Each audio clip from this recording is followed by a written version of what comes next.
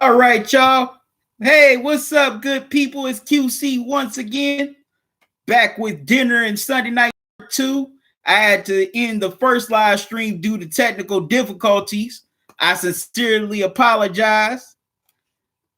Hope y'all forgive me. So, if y'all were here once before in this live stream, come on, rejoin me. So we can get into this game with the San Francisco 49ers and Seattle Field in Seattle. The NFC West crown comes down to this game here tonight as the 49ers, they have the football to start. It's 3rd and 7 at the 24. Once again, I greatly apologize, good people. Had a little computer issue, but definitely hope that's fixed now.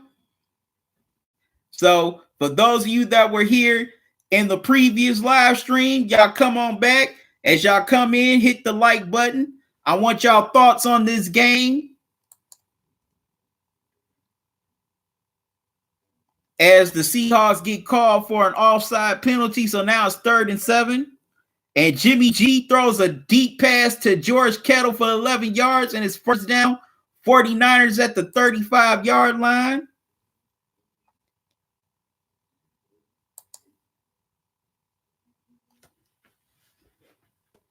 Once again, I greatly apologize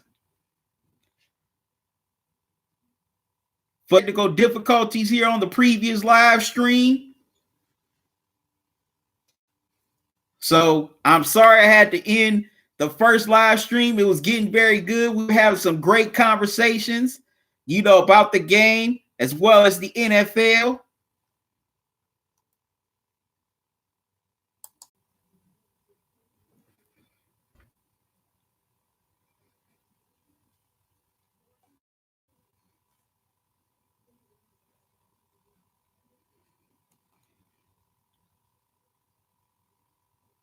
Once again, my apologies.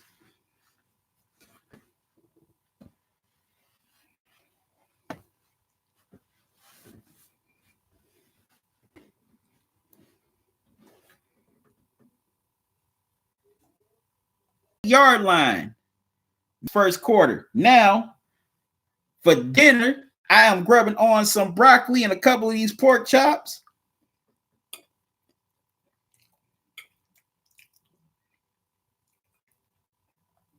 Somebody asked me, do I have the grub? Of course I have grub. This is Talkin and Grubbin, and this is dinner and Sunday night football. It's called those things for a reason. Okay, they give it to Mostert, for a 1-yard gain. So 2nd and 9 at the 27 for San Fran.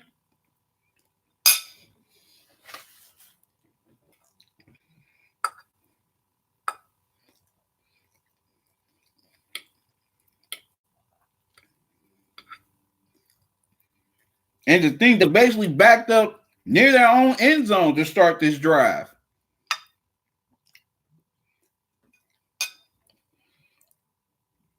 Okay, the Seahawks defense gets to Jimmy Garoppolo for a loss of 9. So now it's 3rd and 18 at the 36.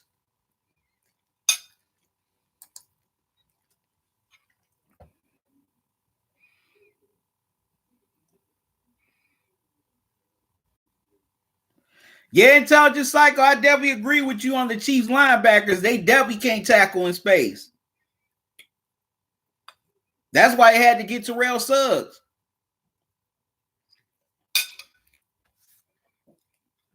Broccoli about to fly out my mouth.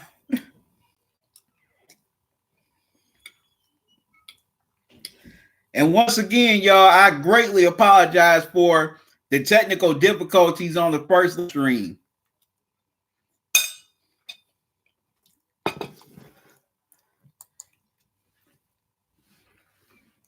Okay, Garoppolo, throws a pass to George Kittle for 7 yards. So the 49ers will have to settle for a long field goal as they try to get on the board here first in this game.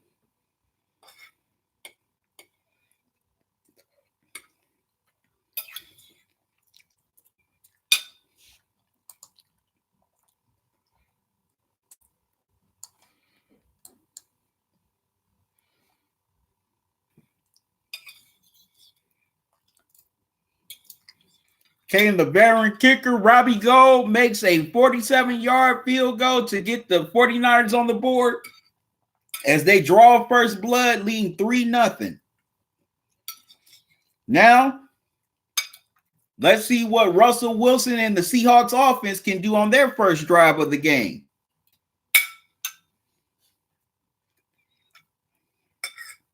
Also, I was going to do my college football playoff recap today, but I had some running around to do, so I couldn't do it. So I pushed it back.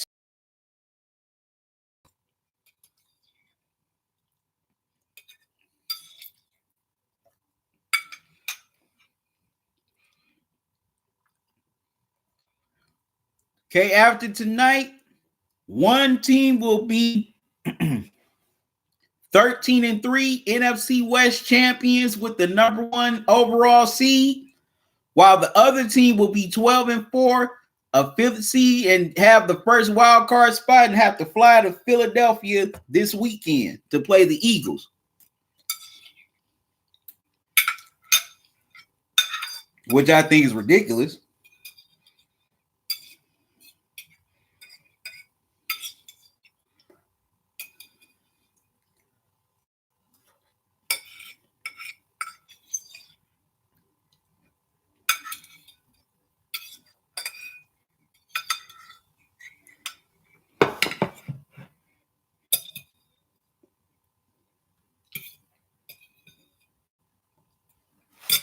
Right. So that was a pretty nice drive by the 49ers, despite the fact that they were nearly backed into their own end zone.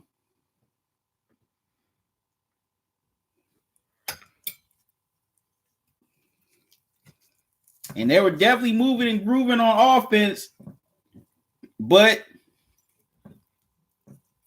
Jimmy G took the sack, which he shouldn't have had. He should have just threw the ball out of bounds and played for another down.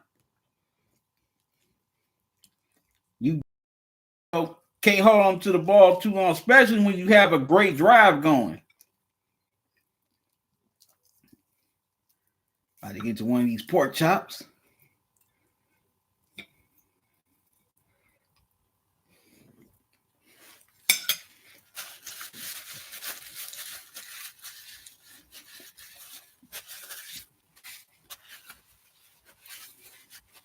For those of you who were with me on the first live stream during this game, come back.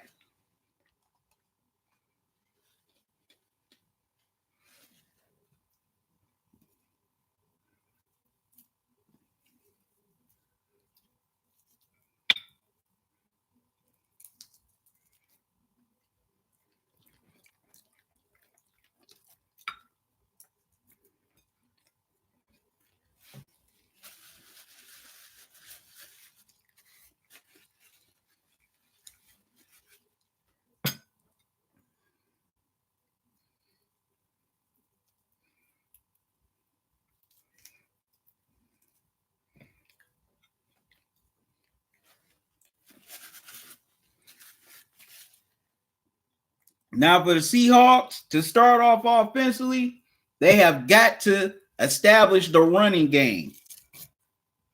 And also, they have to balance the carries they give Chris Carson and Marshawn Lynch.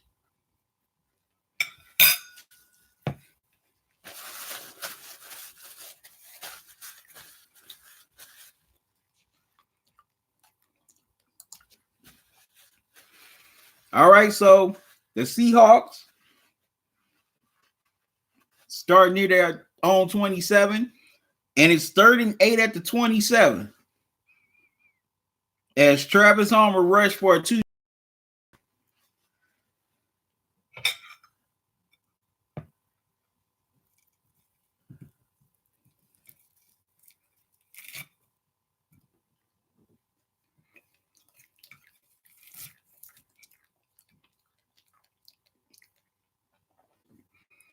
Okay, Russell Wilson throws it to DK Metcalf for 10 yards and a first down.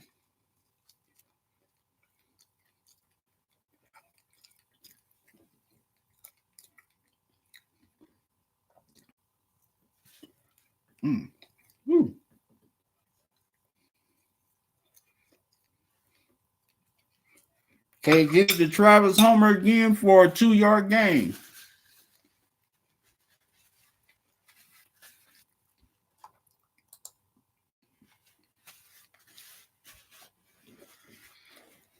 Also, as you come into this live stream, make sure you hit the like button.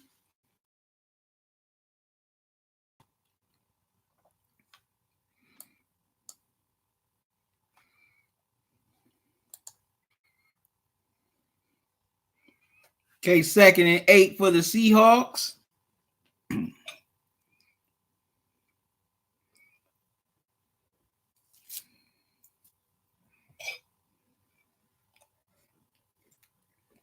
Okay, they give it to Beast Mode for his first back at home as a Seahawk, and he gets 5 yards. So it's 3rd and 3 at the 44 for the Seahawks.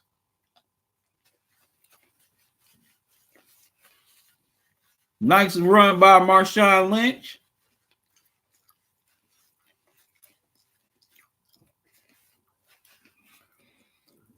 Wow, Russell Wilson throws an incomplete pass intended for DK Metcalf, and the drive stalls for the Seahawks is 4th and 3. Unless they're going to go for it. But do you really want to go for it and give San Fran great field position?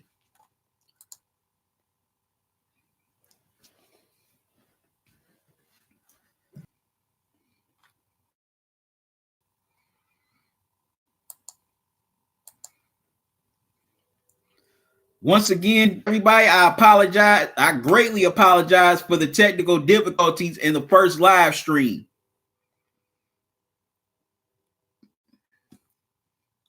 So please forgive me. Please forgive me. To all my loyal, viewers, please forgive me.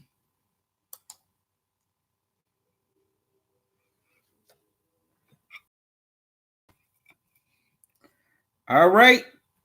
The Seahawks punt and the 49ers will start at the 6-yard line. So that's a pretty good job by the Seahawks special teams pinning back the Niners.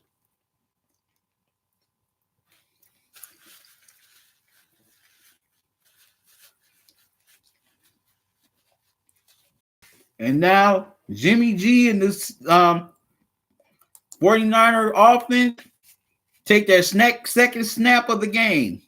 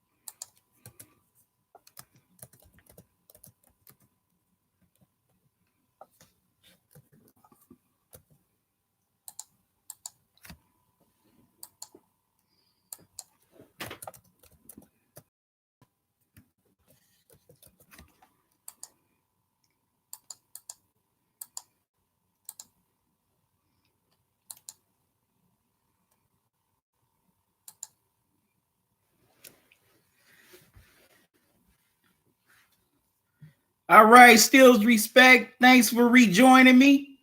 Yeah, I see that. I see the 49ers have the 3-0 lead.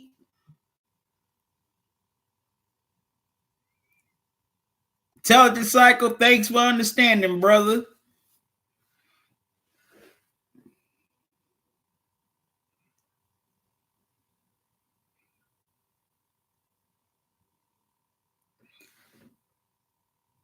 Yeah, I agree. They definitely have to, definitely have to feed Beast Mode the ball as much as they can to get that rust off of them.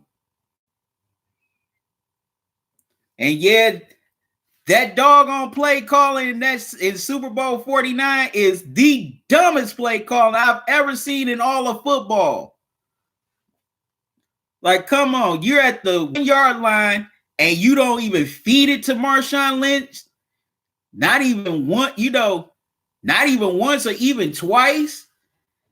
Now I can see, if the Patriots defense was shading towards his way, you could even have Russell Wilson run a quarterback sneak on that play. He's still a pretty good runner. But yeah, they definitely should have gave it to Marshawn Lynch in that game. Hey, I would gave it to him at least 3 or 4 times. Now, if the Patriots stop Marshawn Lynch on 3 or 4 straight rushing possessions, then hey, all you can do is tip your hat to that defense. That's all you can do.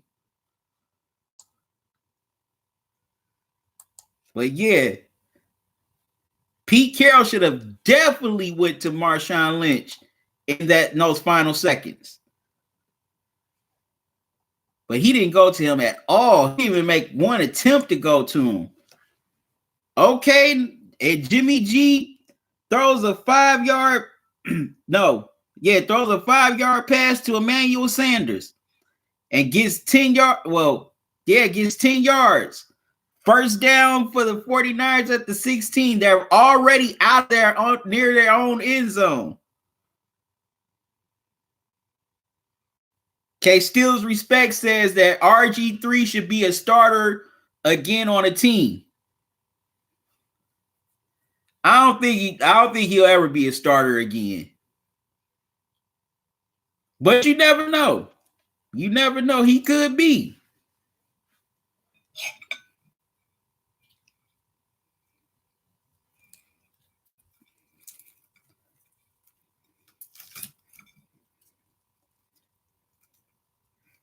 Getting some of this other pork chop here.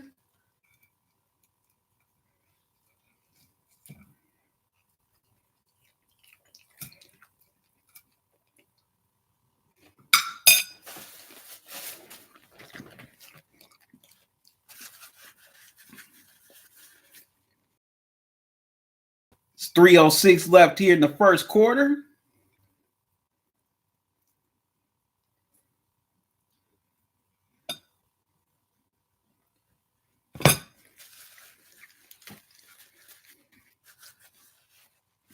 Looks like a timeout was called.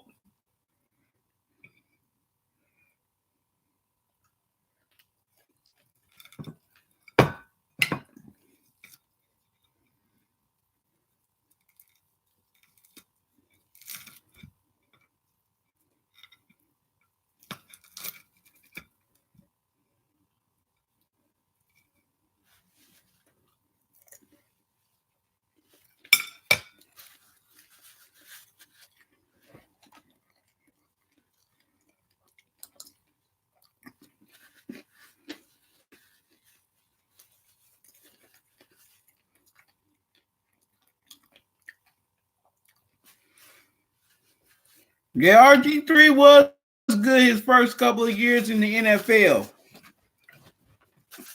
But Stills Respect, RG3 was not the same after that. It's like the league caught up to him. So that's why I don't think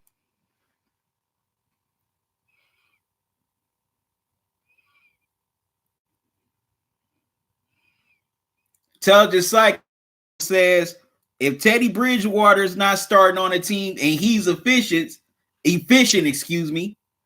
I don't know what will make anyone believe RG3 a starter again. Definitely agree. You know, the Seahawks, okay, Tevin Coleman rushes for 3 yards, 2nd and 7 at the 19.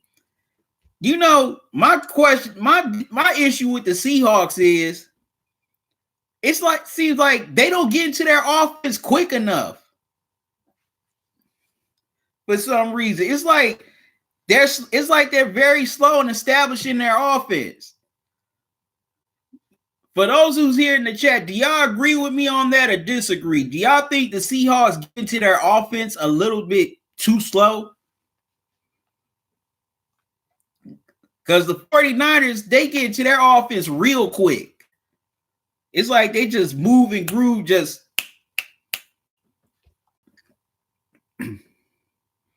It seems like the 49ers just get into their offense just like that. It's like they just quick off, very quick offensively.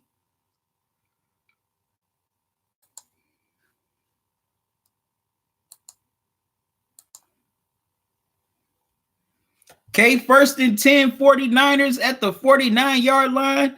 Jimmy G throws a pass, and he throws another pass to George Kittle for a 1st down on a 15-yard gain. And they're at the 36. See, the 49ers, they're very quick in their offense. They get to their offense real quick. FJ, what's up, man? How you doing? How was your holiday? Thanks for joining me. You said the 49ers are the better team. Okay, Steel's Respect says 49ers have a good defense. Definitely. No, Steel's Respect, the 49ers have a great defense. Not just good, they're great. Okay, Intelligence Cycle says Seahawks scared and tap dancing like Gregory Hines. Oh, wow. No, you did not say that the Seahawks are tap dancing like Gregory Hines. That's cold, man. But I don't understand it. And they have some pretty solid offensive weapons. They have Metcalf, Carson. They just got Marshawn Lynch back. I don't know what's the problem. Why do the Seahawks? Okay. And Deebo Samuels rushes for a 30-yard touchdown. Is already 10-0 San Fran. Wow. Just like that. The 49ers started at their own 6-yard line, and they go down the field and score again. Wow. See, there goes my point. The 49ers get to their offense fast and quick.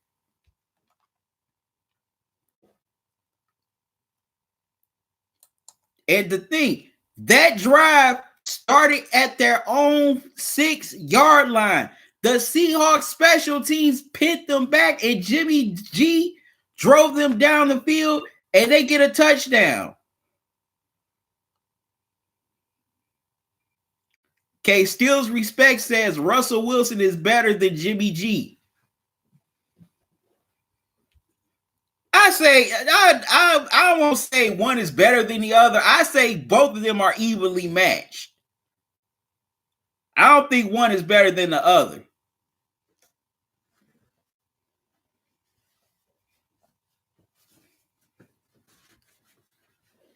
All right, as y'all coming here back to part 2 of this Dinner and Sunday Night Football extended season finale.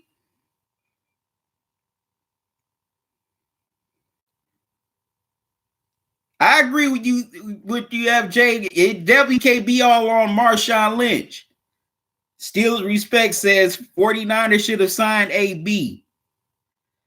I mean, they could have, but they already have a pretty good offense in San Fran. What do they really need AB for?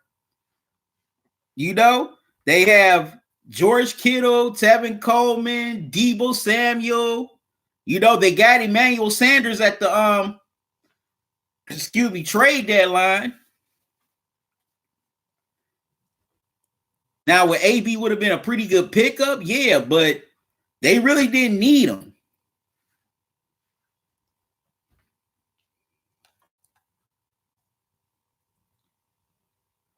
But that goes to show my point. The 49ers go down twice, one via field goal, the other via touchdown. And those drives, they were pinned back. They were pinned back near the end zone. Wow.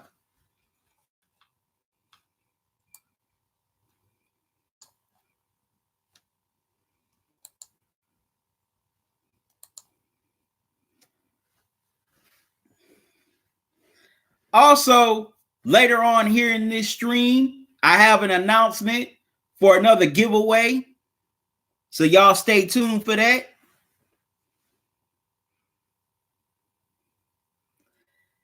FJ, I knew that was coming.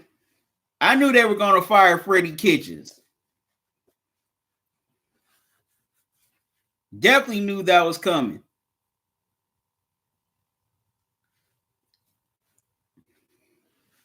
So now, you know, the question is, and also I'm hearing that John Dorsey, the GM, is not fully safe either. Now, I don't know how true that is or how untrue that is. But say if they, you know, decide to, well, say purpose of conversation, if they decide to keep him, you know, will he be, how can I put this? Be demoted, or maybe he just won't be involved in the hiring of the next coach? Only time's going to tell within these next 48 hours.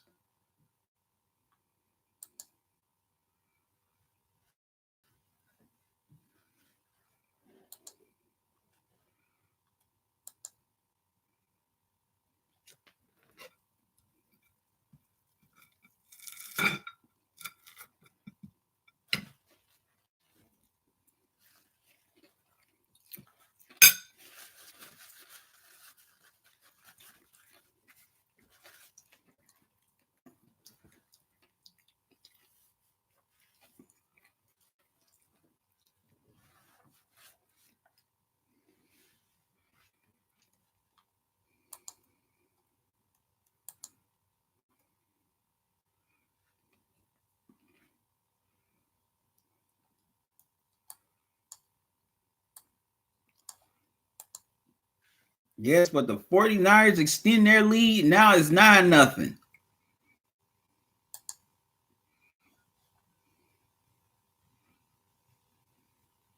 As Deebo Samuels rushes for a 30-yard touchdown. Man, where was the defense? Well, 10-0, excuse me. Okay, the Seahawks are at their own 21, and that's the end of the first quarter.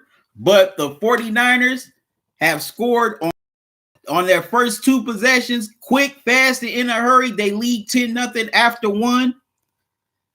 Man, the Seahawks, they were very slow and sluggish on their first possession. The 49ers, they were quick and fast on their first two possessions.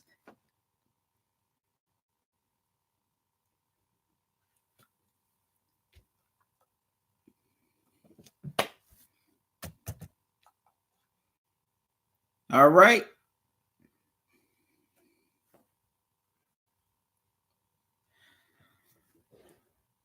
And in my opinion, okay, the Seahawks, they were very sluggish on their first possession, while the 49ers were fast and quick on their first two possessions. As a matter of fact, they should have had 2 touchdowns instead of 1, and they should be leading this game 14-0. But Jimmy G took that sack. No, FJ, I don't think they. No, I don't think they. I don't think Greg Williams is the answer either.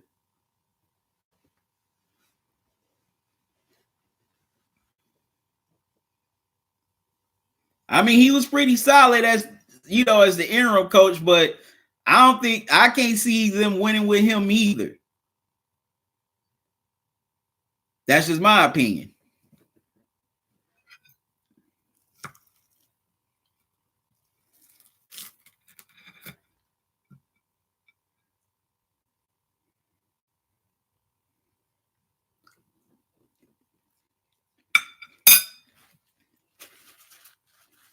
So it'll be 2nd and 6 for the Seahawks, starting the second quarter.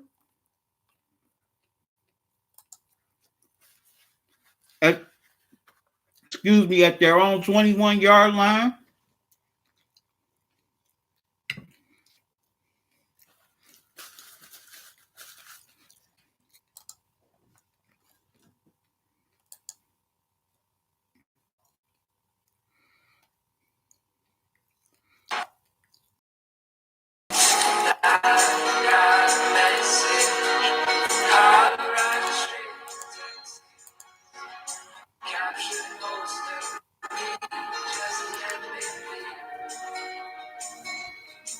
Can't tell this cycle says 49ers get into their offense quick because of Kyle Shanahan. He gets the Seahawks secondary on their toes. I agree, Intelligent Psycho. Skills respect you off the chain, man. Talking about Joe Montana's coming out of the retirement next season. Oh man. Interception at the end of the game, among other things, a year later. There they are, the world 21-yard line. 2nd down and 6 as we start the second quarter. Okay, they feed it to Marshawn Lynch, and he gets about 2 or 3 yards.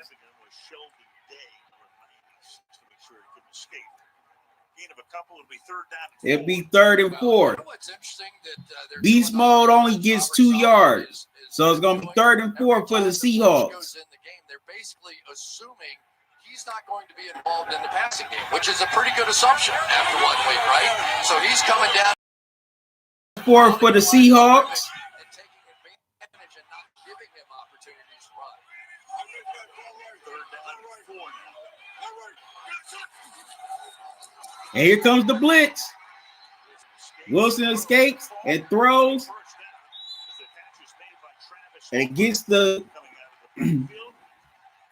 first down pass to the tight end Travis Hunter. So the Seahawks keep the drive alive. Thanks to Russell Wilson eluding the sack and the pass rush. He did just enough to elude Nick Bosa. So 1st and 10 Seattle. Okay, do a little toss. Gives it to Bomber. And that was a heck of a run by him. The top 3 running backs. And that's why they had to go to Lynch and determine. But Dwayne Brown, another big loss for left tackle. I tell the cycle says Steelers respect 90 his own one.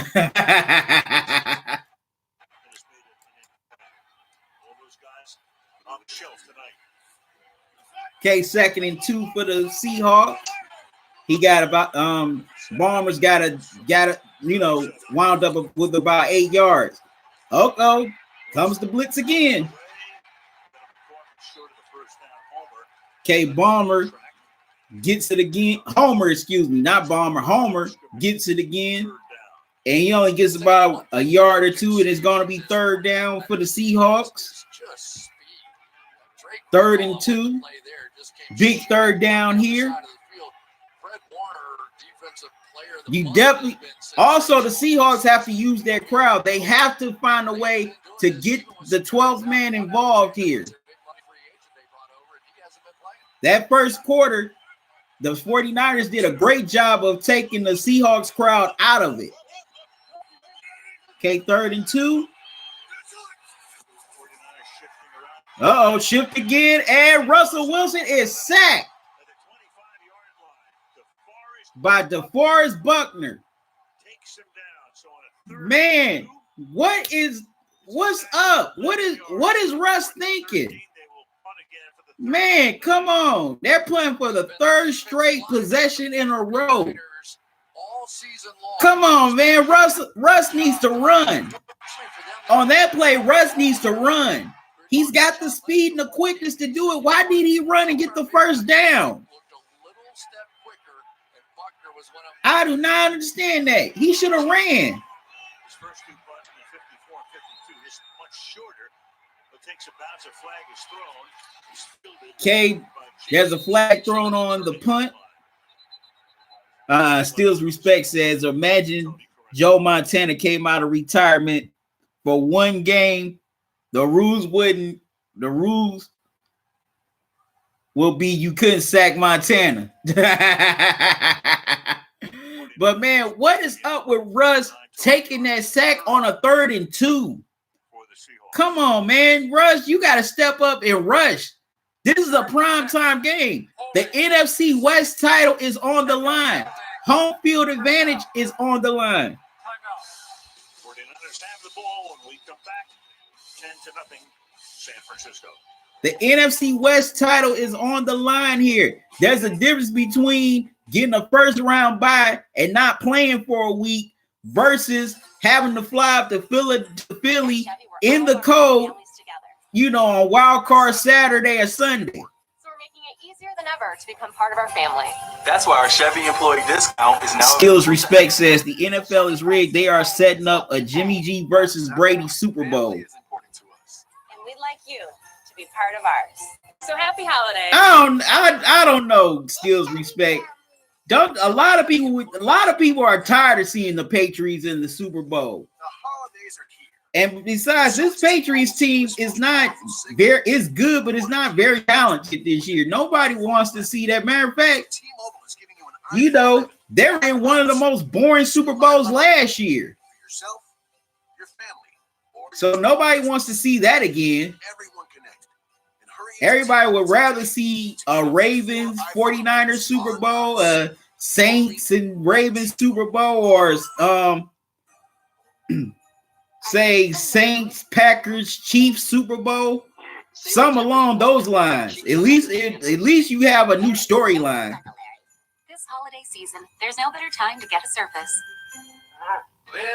Okay, Steelers Respect. You said Jimmy G is the future of the NFL. He will win multiple championships like Brady. Jimmy G already has 2 rings.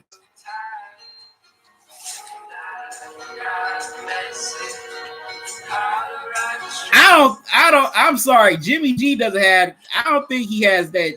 He's pretty good, but I don't think he has that time. I don't think he has that, kind of swag to win multiple championships like Brady. I'm sorry. And those 2 he got sitting on the bench. It's not like he was a starter or anything.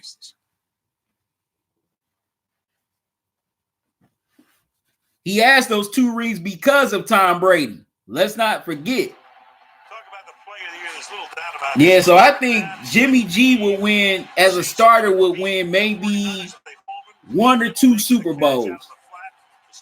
I don't think he would win. I don't think he would go like win 3 or 4 more Super Bowls. That's just my opinion.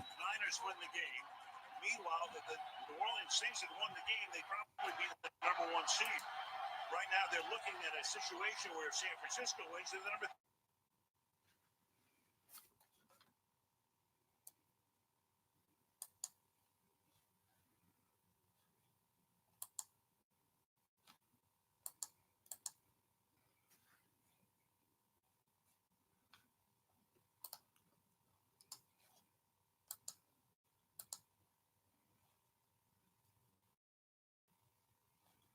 I think that you have to understand about this 49ers team. We think of Bill Walsh and all the great passing teams and all. All right, so first down for the 49ers. as Jimmy G throws the pass. And he feed it to Tevin Coleman. Looks like he gets about a yard or two. G won those 2 rings sitting on the bench. It all depends. How many does he win?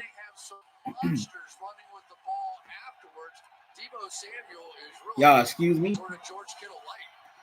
Steals respect. It all depends how many rings he wins as a starter. If he only wins 1 ring as a starter, then guess what? People are going to remind him that he won 2 rings sitting on the bench. As Jimmy G throws it to George Kittle for a first down. Great route. Watch at the top of this route. Kittle with a little wiggle. And against Shaquille Griffin. Watch this little wiggle right there. And gets him completely wrong-footed for an easy completion. Okay, Intelligent Psycho's talking about the Seahawks possession. Conventional play calling. And 3rd and 2, I'm running either Holmes or Marshawn. I don't know why they ignored that play call. I agree, Intelligent Psycho.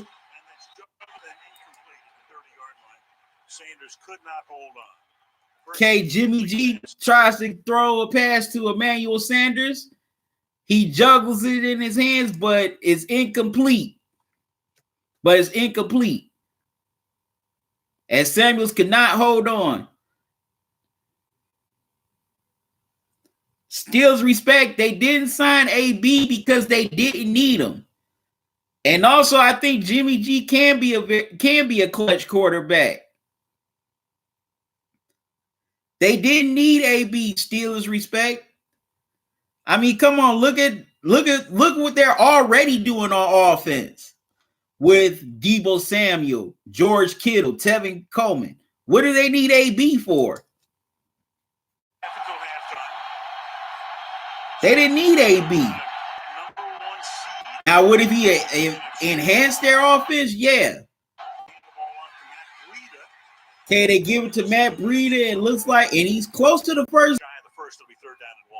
So it'll be 3rd and 1 for the 49ers.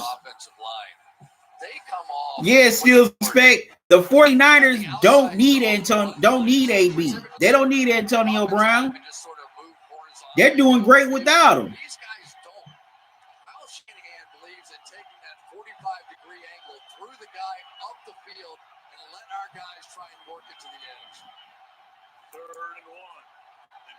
Okay, Jimmy G keeps it himself and gets the first down via the quarterback sneak.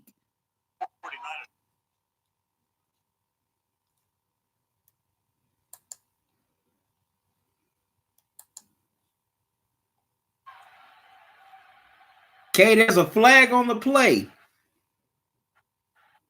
Number 17, 5-yard penalty, every feet, first down.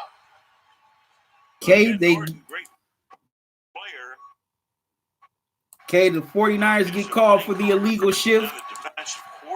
So they have to replay first down.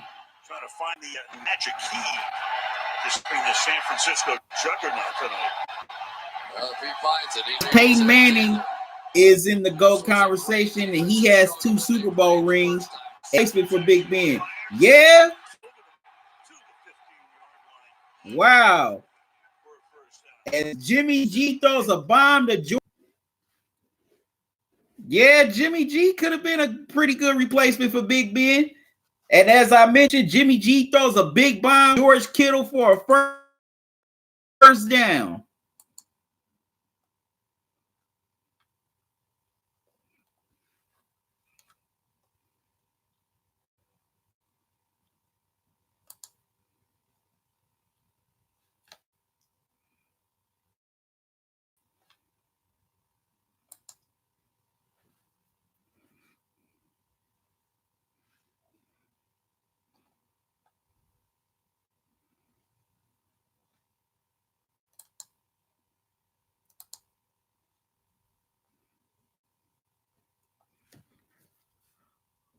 Oh, yeah, I forgot. Well, yeah, my original live stream, I got the 49ers winning tonight. I just feel they've been more consistent all year, and they've played non-intelligent cycle. I didn't give my prediction. I picked the 49ers to win this game tonight because they've been more consistent all year and they've played some pretty big games to see how they dominated the Packers at home last month. Man, that was a hell of a win for the 49ers. So I went with the 49ers in this game tonight because Seattle, they're too doggone slow on offense. And plus, that 49ers defense is no joke with, Nick Bosa, D Ford, DeForest Buckner. Now, their secondary is a little shaky, but, their front seven definitely makes up for all that.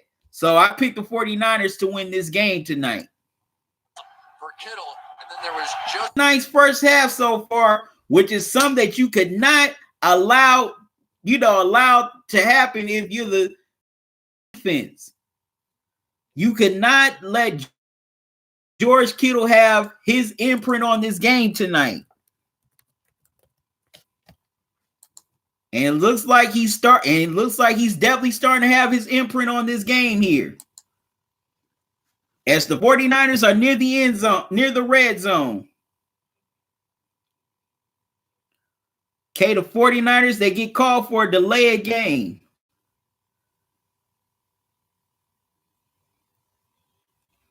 And they add on to their lead by Robbie Gould kicking the field goal, and now it's 13-0 49ers. He kicks a 30-yard field goal.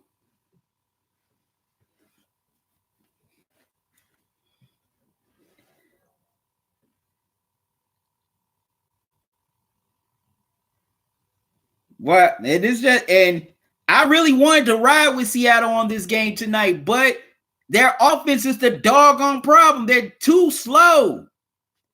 Pete Carroll and the offensive coordinator for the Seahawks have to find a way to get this offense moving quicker. Also, they need to tell Russell Wilson to take some chances with his feet, because no way in the world he should have been sacked on that 3rd and 2. That man should have took off running. He could have at least gotten 3 or 4 yards on that run.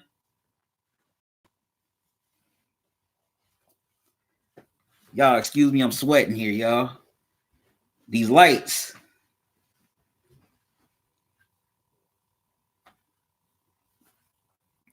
But it's definitely showing here in this game. The offense for the Seahawks is too slow.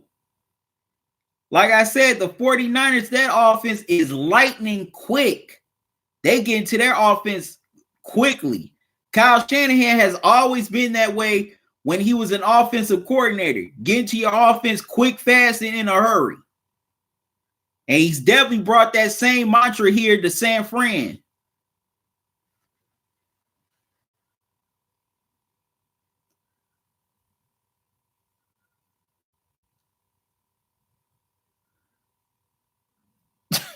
Steelers respect, man. You come with the questions, man. I swear, man, you come with some questions, boy. You asked me if it was 3 minutes left in a division championship game to win, would you put in Blake Bortles, Dak Prescott, Andy Dalton, or Carson Palmer? Well, it would have to come down between Dak and Carson Palmer. The other two, you can scratch out. I would either go with Dak or Carson Palmer. Those are the only 2 QBs I would go with.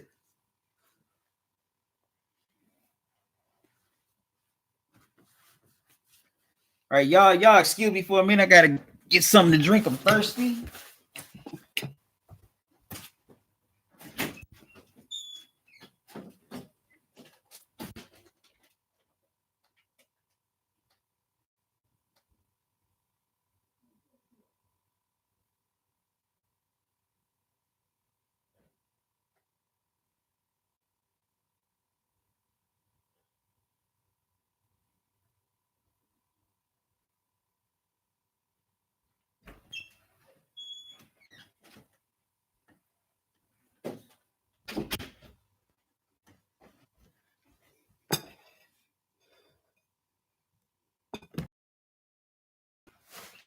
Oh.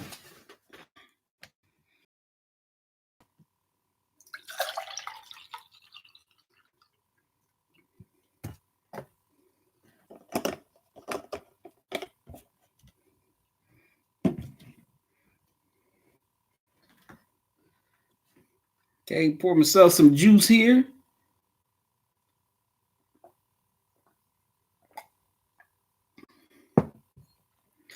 Woo. Need to cool down. Swing on these bright lights, y'all. But the 49ers, they scored on all three of their drives while the Seahawks have nothing to.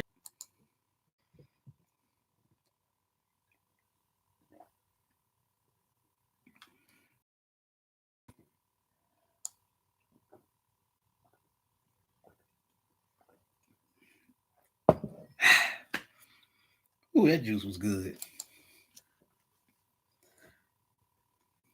So,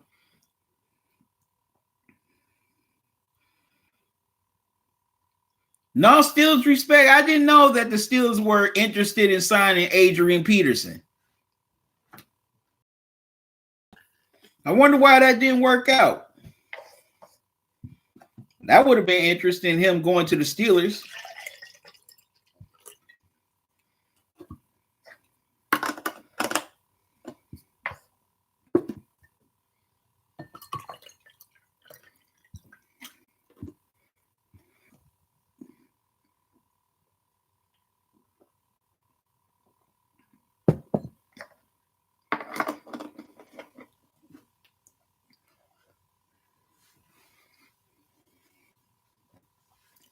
Yep, that's something I never knew.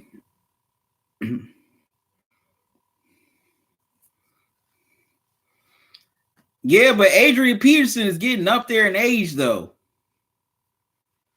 Now, if you would have got him, now if you say you try to go after him about a good 5 or 6 years ago, okay, but now, what's the point of trying to sign him? Now, I agree, he definitely deserves a ring before he retires. He's too good of a back not to have one.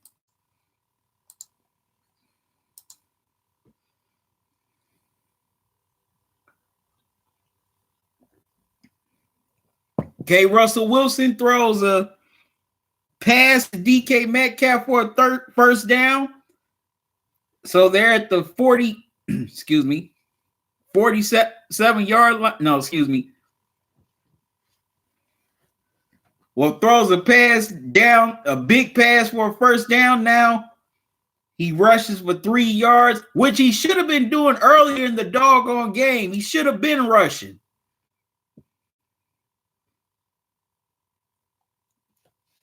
No Steelers respect. I don't see AP playing until he's 40. Running backs do not have that great of a shelf life because all the running, all the hitting, and all the grounding and pounding they have to do. So no, I can't see AP playing until he's 40. I mean, I could be proven wrong, but I don't see it. I can't see him playing until he's 40. After taking all those hits.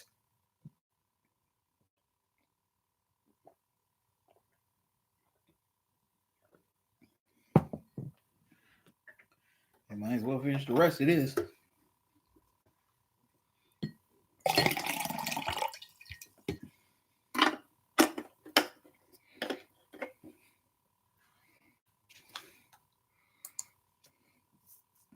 Okay, 1st and 10 for the Seahawks at the 40-yard line as Travis Homer rushes for 7 yards.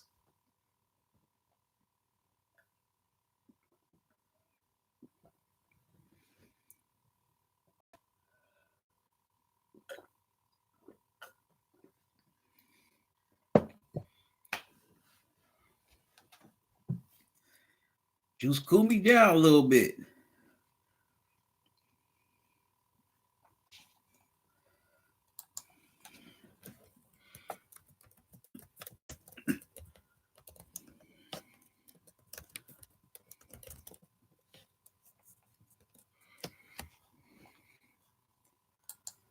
Okay, Steelers respect. You asked me who's the oldest running back to play in the NFL, and that is Jim Thorpe. Jim Thorpe is the oldest running back to play in the NFL.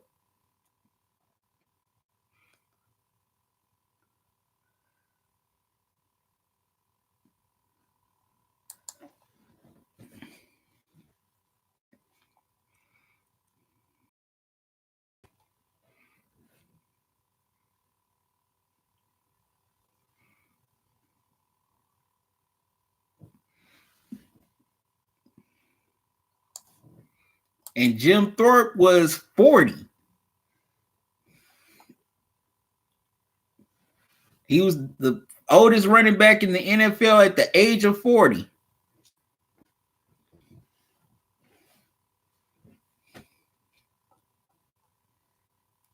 Now that's very interesting. He could play. You could play until 40 at that time because football wasn't as physical back then like it is now. Plus, back then there weren't a lot of, games during the season. Excuse me. You gotta understand back then. I'll check his stats at halftime, Steelers respect. But you gotta understand, pro football season was not that long back in those days. So those guys could play a lot longer in their careers because the seasons weren't longer. And also the money wasn't really there. A lot of those, all those players that were playing pro football at that time, they had regular jobs in the off season. To keep food on the pit paid.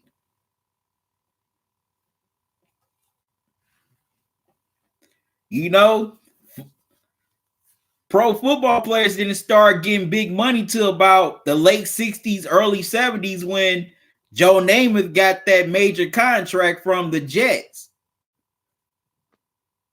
So back in those days, you could be that age and still play pro football because the seasons weren't long.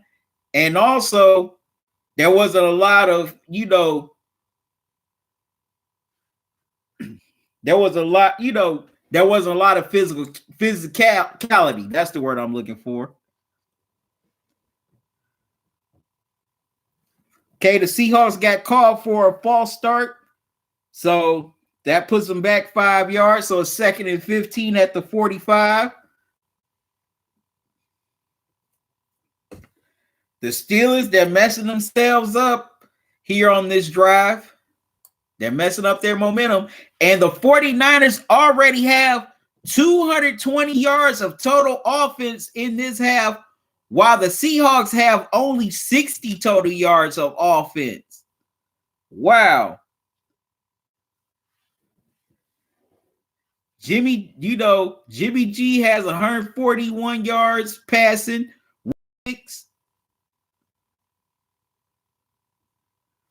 Okay, Russell Wilson throws to Jacob Hollister for a 9-yard gain. That's the tight end.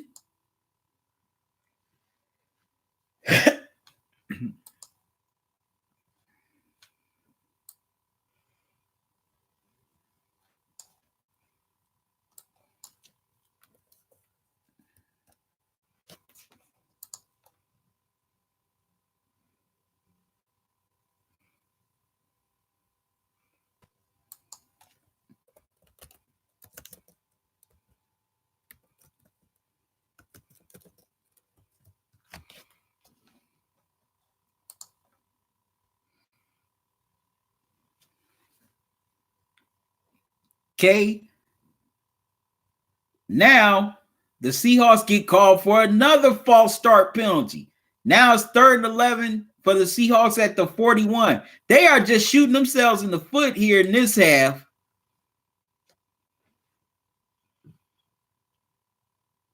Steelers respect, says Troy Polamalu said him and AB got into an altercation back in the day at practice.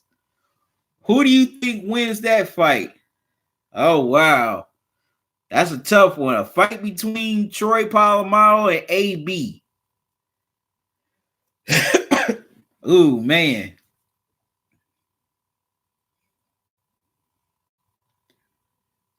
Oh, man.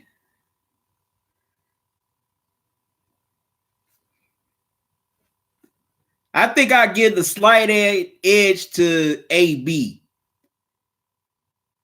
Now, I'm not saying Troy is a punk or he's soft, but I would just give the slight edge to AB.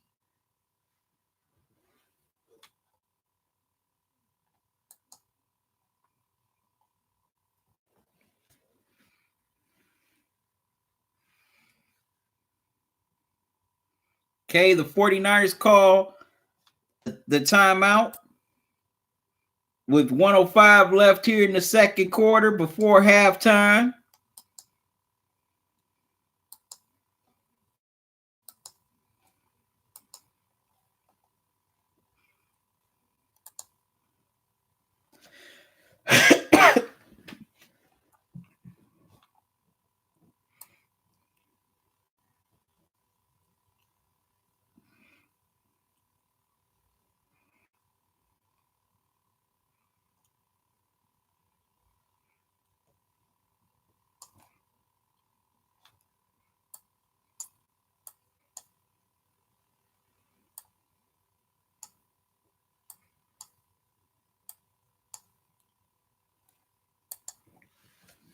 Okay, so you give the edge to Troy. You said Troy is way bigger than AB and outweighs him by 100 pounds.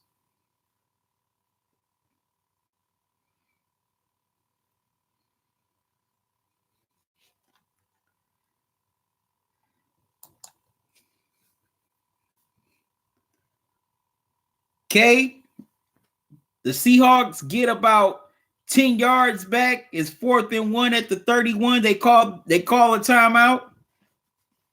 Decide 9 times out of 10, I think they're gonna go for it on this 4th and 1. Try to keep the drive going so they can get a score before the half. Excuse me.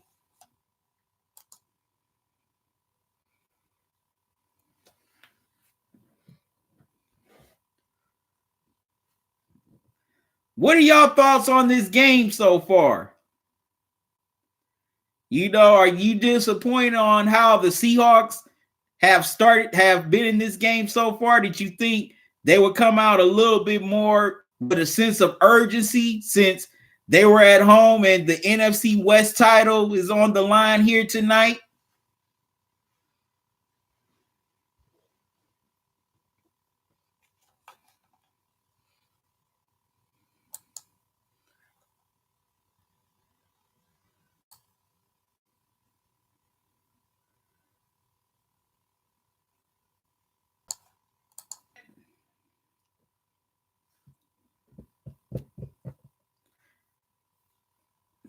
Stills respect, definitely agree with you. The Seahawks have definitely been playing like trash here in this first half.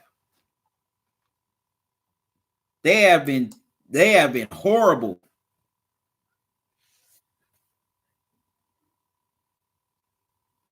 And the Seahawks decided to punt, giving the ball back to the 49ers. No, wait a minute. Yep, so it's 1st and 10 for the. They have a first down at the 31.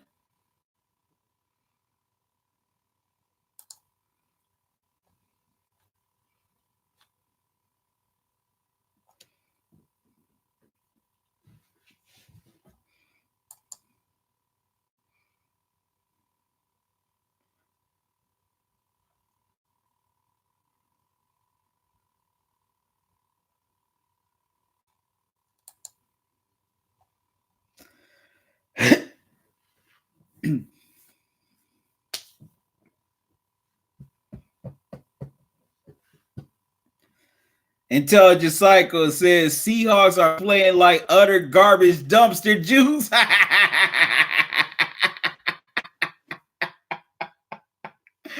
Oh, wow. Oh, wow.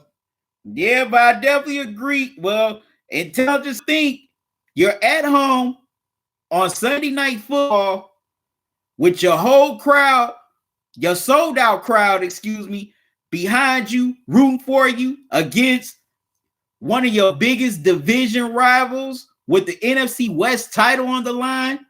Plus, this is Marshawn Lynch's first game back. You know, he's back at home. You would think that the Seahawks would come out aggressive and with a real sense of urgency. Even if they were down in this game, if they were down, say 10-13 or 13-7. Okay, you still right there. You know you're still right there going into the half. You know you're only down 3 or 6 points. But no, they have not played. You know, they have not played well at all in any facet of the game. Stills Respect says, do you remember defensive end Lasso from back in the day? Yeah, I remember Lyle Lasso. Yeah, he played with the Raiders. He won a Super Bowl. Trying to think, did he win one or I'm trying to think, did he win 1 Super Bowl or 2 Super Bowls with the Raiders? I'm sure it's 2. Oh, Lasso, if he would have played in today's NFL, he would be dominant in today's NFL. No question. He would definitely dominate in today's NFL.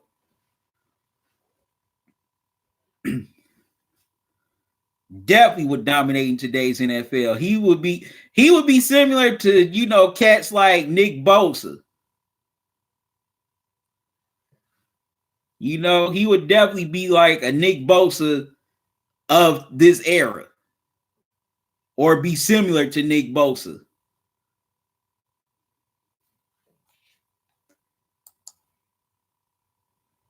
But man, the Seahawks have come out and just played crappy in this first half.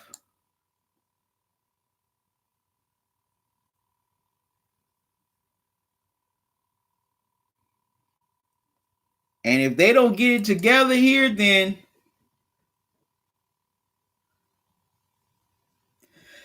if they don't get it together in the second half, then the 49ers are going to walk away with the NFC West in their building. Yeah, I heard about Elasto boxing Muhammad Ali Stills Respect.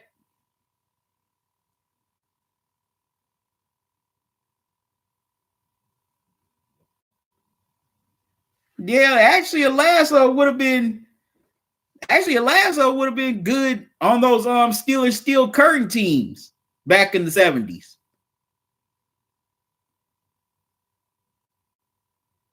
Yeah, I heard that story.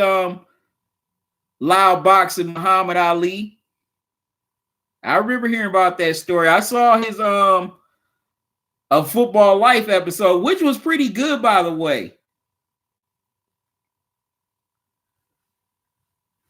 I always like, even though it's been a while since I watched any of Football Life episodes, they've had some pretty good, interesting profiles on there.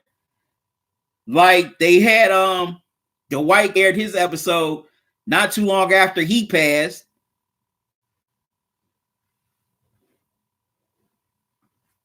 Walter Payton's episode was pretty good. The Browns in 95, that was a good episode. That definitely gave a lot of insight into what happened that year. With the team and how all the players at the time reacted to the move in Baltimore.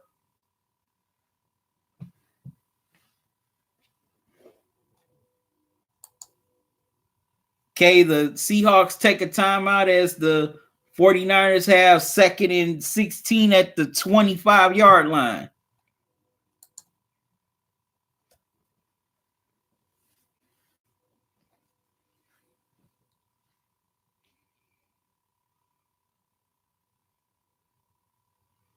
Yeah, Alzado definitely needs to be in the Hall of Fame. I don't know what they're waiting on. Clay Matthews Sr. needs to be in the Hall of Fame. I mean, Clay Matthews Jr., my mistake. Clay Matthews Jr. needs to be in the Hall of Fame. I don't know why he's not in the Hall of Fame right now. But, well, the last time I checked, Clay Matthews Jr. is a finalist or a semifinalist. But, yeah, still respect. Alzado definitely deserves to be in the Hall of Fame.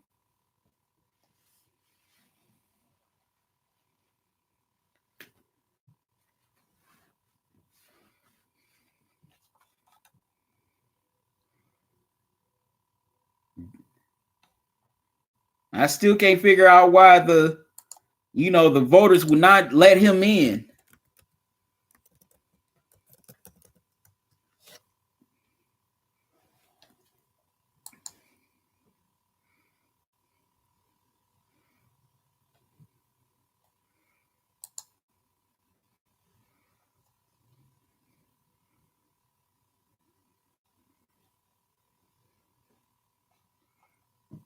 Okay, it's 16 seconds left to go in the half. Oh, no, 42 seconds. My mistake. Okay, as Matt Breida rushes for only 2 yards.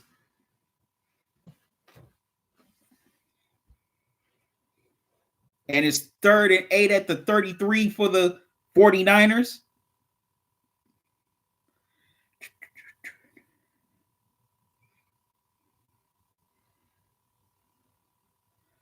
Okay, as the San 49ers take a knee, and they're going to go into the locker room with a 13-0 lead at the half. The first was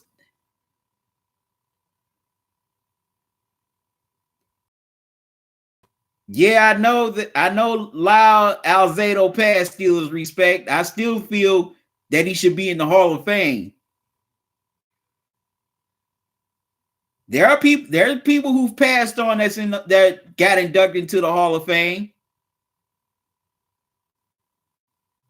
They could, at his ceremony, they could have his family or one of his former Raider teammates speak for him, do his speech.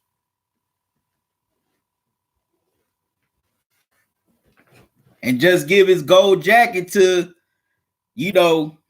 well, I don't know how many kids he had, but say for purpose of conversation, he has a son, just have his son wear his gold jacket.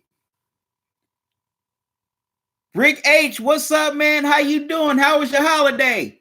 I haven't forgotten about you, man. I'm gonna send you your stuff soon. I have not forgotten about you. But Rick, how was your holiday? Did you get all the gifts that you wanted?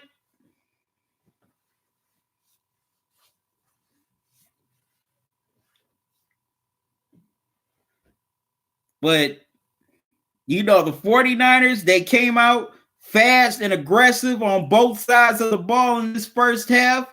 Jimmy G, the first 2 possessions that the 49ers had started near their own end zone, and Jimmy G, had the moxie and the swag to drive them down the field to get 2 scores. In my opinion, that first one should have been a touchdown, but he ended up taking the sack at the 12-yard line or the 14-yard line. Definitely something you can't do. But then the next drive for the 49ers, they end up scoring on a touchdown. Thanks to a 30-yard run by Deebo Samuel. And then they kick another field goal, and that's where we are with the 13-0 lead. Seattle, they've been terrible on both sides of the ball, especially on offense. They've been very slow. I do not know why it's so long to get into their offense. And also, what was up with the play calling on that 3rd and 2? Russell Wilson should not have taken a sack on that possession. He should have stepped up and ran it himself for a good 3 or 4 yards. Okay, Rick H, you said Okay, no rush. You said my holiday was great. The in-laws finally left yesterday after being here for 8 days. Glad to see them. Glad for them to be gone. Oh, that's cold. That's cold. You want your in-laws to go, man? That's wrong. And wow, they were there for 8 days. I know they had a good time. I know they had a good time during their visit.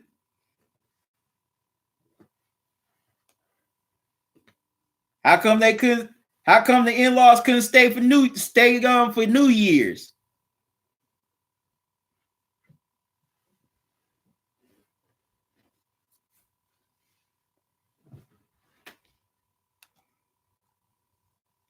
Yep. So the second half, we're going to see, can the 49ers keep their foot on the pedal, or will the Seahawks storm back and take the NFC West from, snatching it from the jaws of defeat? But man, the Seahawks, they need to get rid of their offensive coordinator because they do not get into their place quick enough. And they have some solid pieces.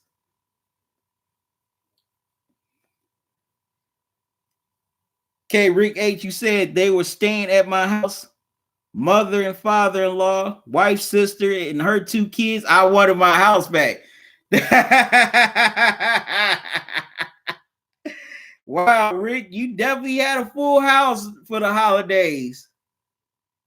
You definitely had a full house.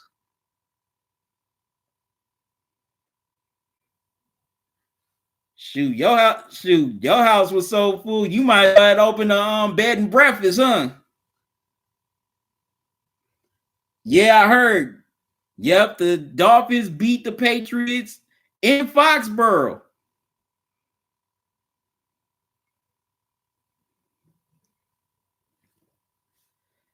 Oh, Kyle Shanahan, Steelers respect. If Kyle Shanahan was on the Steelers and he was the Steelers offensive coordinator, the Steelers would be a top 5 offense.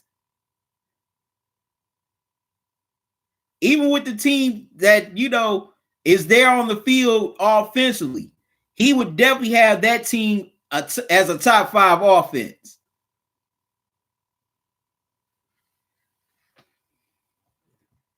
But the Steelers definitely have to make a switch at offensive coordinator.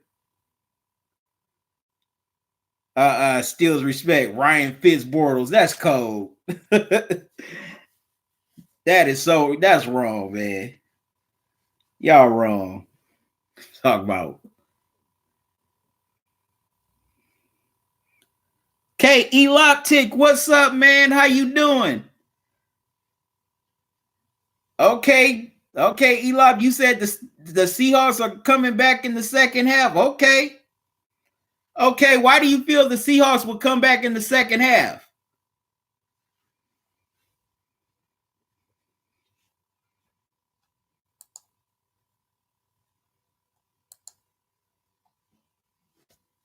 And Eli, for order for the Seahawks to make a comeback, they have to get it going offensively. They have to be quicker on offense. They cannot start off slow on offense. Okay, you just chilling, Eli. Okay, Eli, Tick, how was your Christmas, man?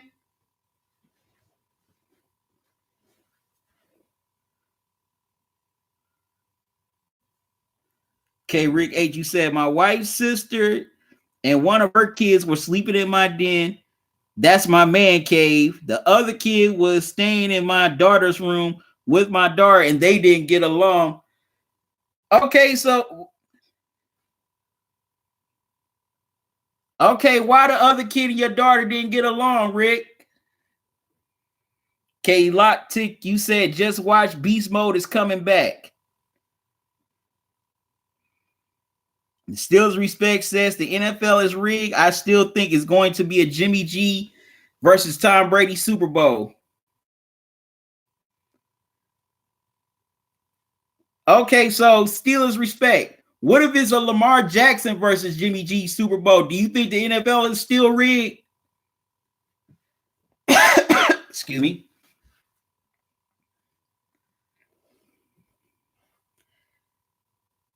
Yeah, but Rick, man, you had all those people staying with you. You definitely could have. You might as well just basically been an NFL. I mean, you might as well just been a bed and breakfast.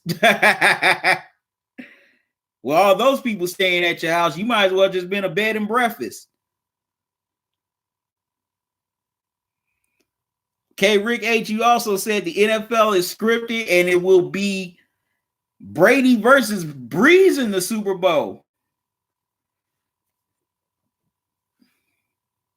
So Rick H, you're basically saying that the Saints will go into the Bay and beat the 49ers. Okay, Eloptic, you said let's break the ice. Who you think is going to be in the Super Bowl? Man, that's a tough one. That is a tough one right there, man. I mean, now the NFC, you got the 49ers, you got the Saints, and the Packers. I would throw in the Packers as a dark horse. The AFC, there's the Ravens, Patriots, and Chiefs. So, man, I know the Ravens are doing that thing.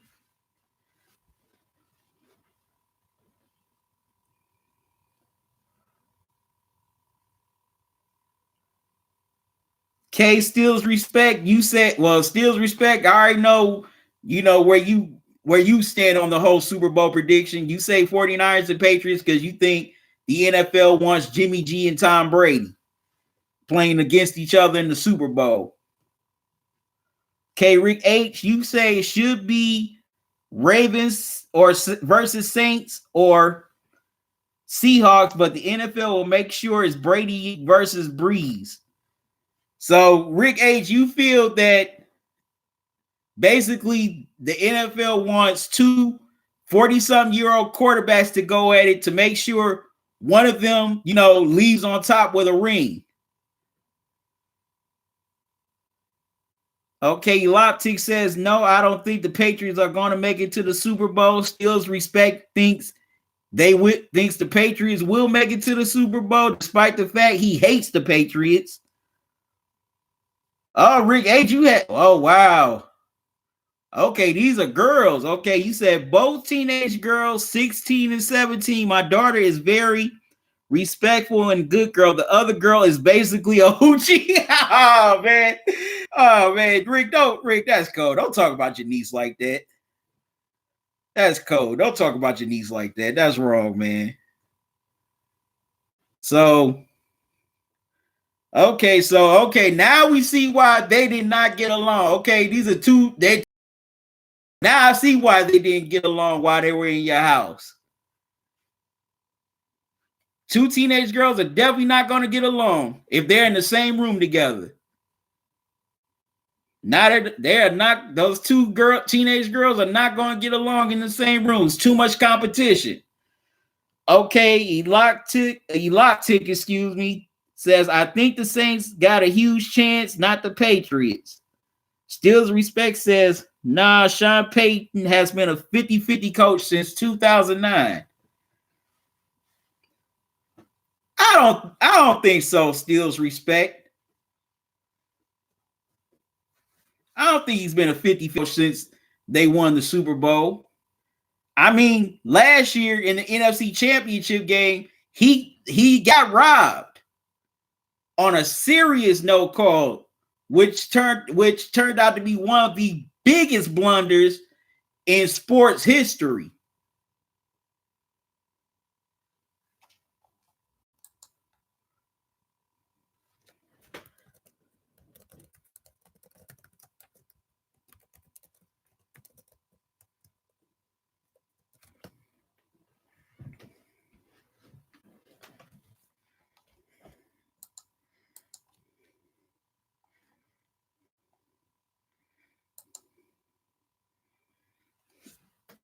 Okay, I'm gonna move back. I know y'all don't want to see my big head.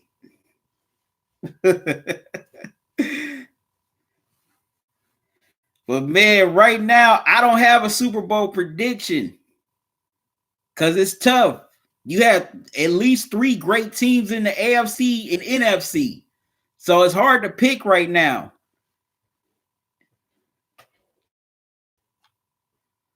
And plus, you know, they're all great team. Excuse me.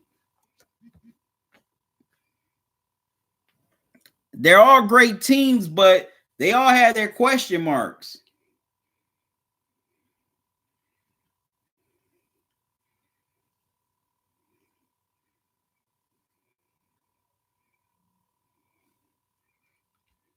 That's the only thing.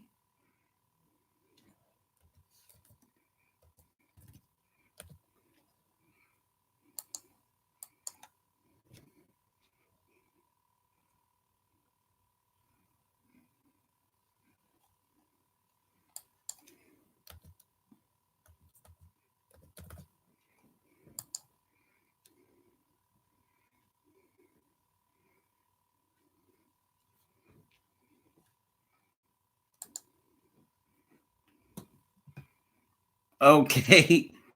Okay, Rick H says when the girl is 17 and talking to 23-year-old guys trying to quote unquote hook up, she's a hoochie. Wow.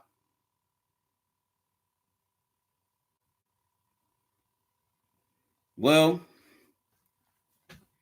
yeah, as my mom would say, as my mom would used to say, she's a fast ass girl. And also, that 23-year-old dude needs to be locked up if he knows she's 17.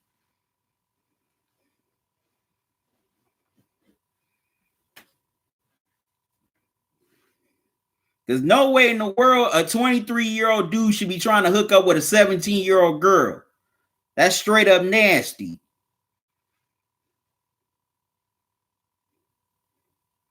Like, man, find your own girl that's legal. K Steals Respect says the Patriots should sign Dez Bryant for the playoffs if he's in shape.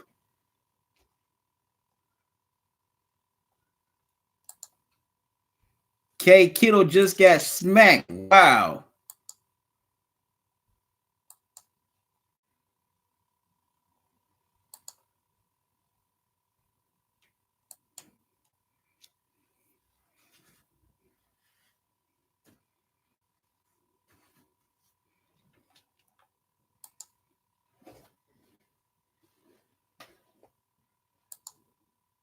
Okay, the third quarter has started.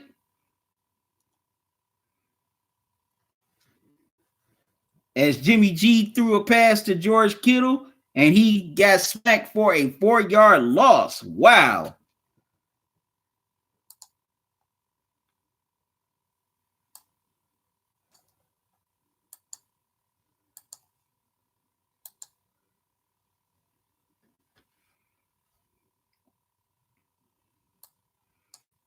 Okay, the Seattle Seahawks defense makes a statement, gets a 3 and out, 4th and 8 for the 49ers.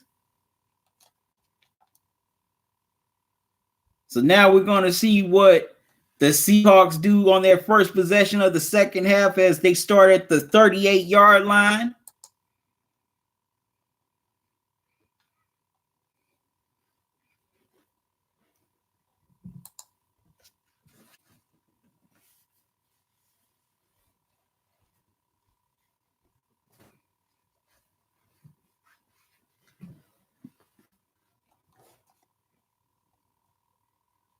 Okay, let's see what Russell Wilson and the Seattle Hawks offense have mustered up at the start of this third quarter. Let's see what adjustments they've made.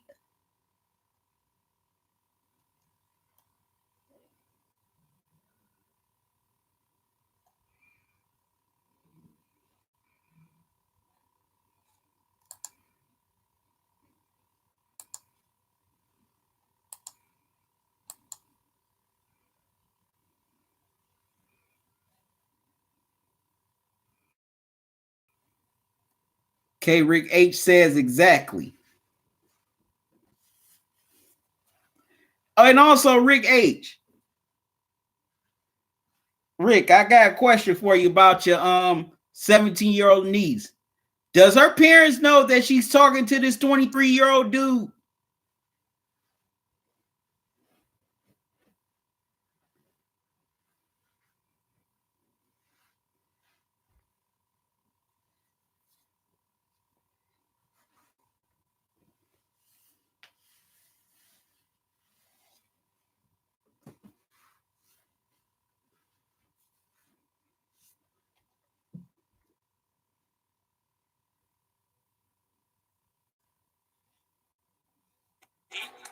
to win one of 6 regular heats. The winner.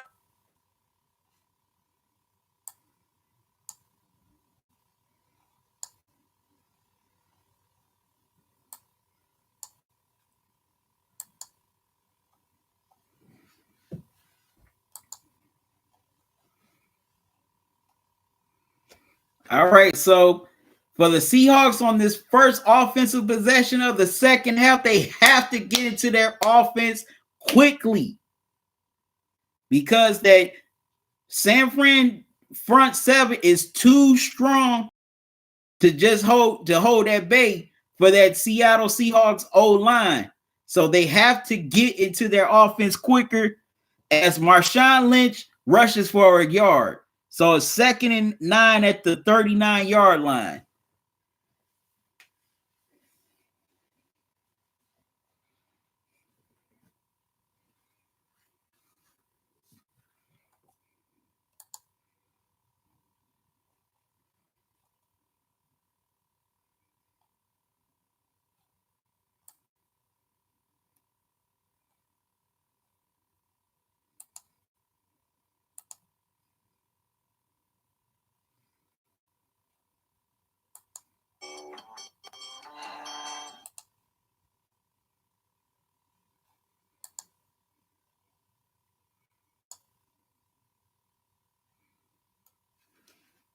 Okay, Russell Wilson rushes for 5 yards. It's 3rd and 4 at the 44 for the Seahawks.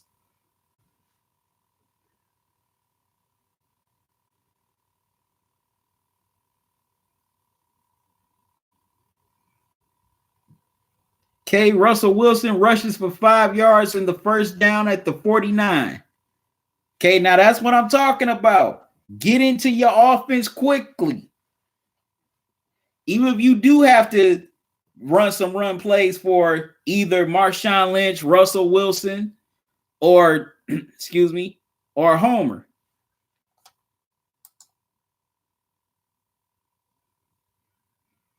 K. Rick H, you said her mom does. She has no dad. The mom is a hoochie too and was hitting on me when they were there, when they were here. Oh, when they were at your place. Wow. The holidays are here. Well, And so is the daughter got it honest. That's all I can say. Powerful signal. We want to keep you connected. And unfortunately, sad. So T-Mobile is giving you an iPhone 11 on us for each new line of unlimited. For yourself, your family, or your small business. Keep everyone connected. And hurry into T-Mobile Okay, today. Beast Mode rushes it up for 8 yards and 2nd and 3-yard line That sounds good. for the Seahawks. Mom in Japanese and mom hears mom in English.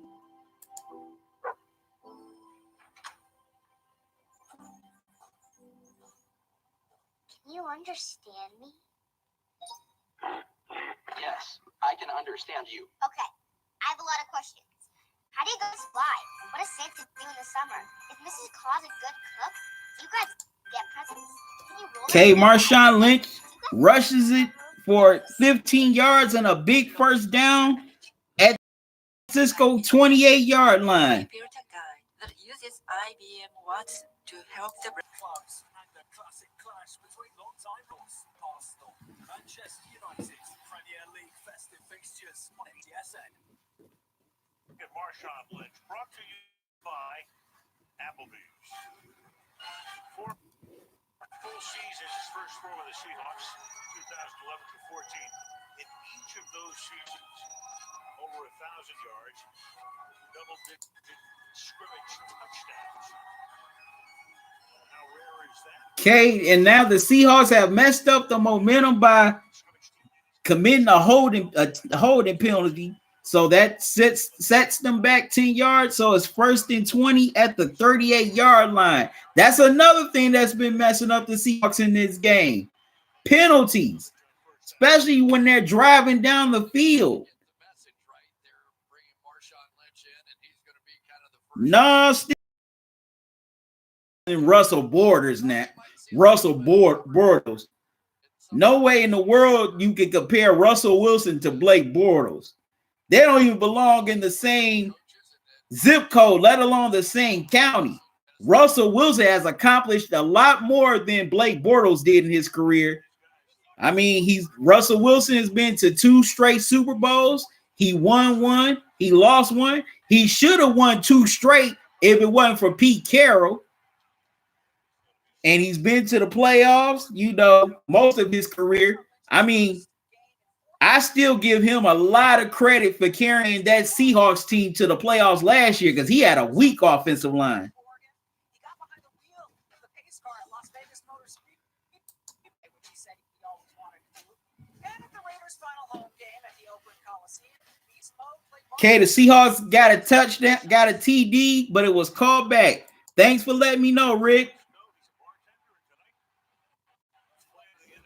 But man, you cannot, Steelers respect, you cannot compare Russell Wilson to Blake Bortles. That's very asinine.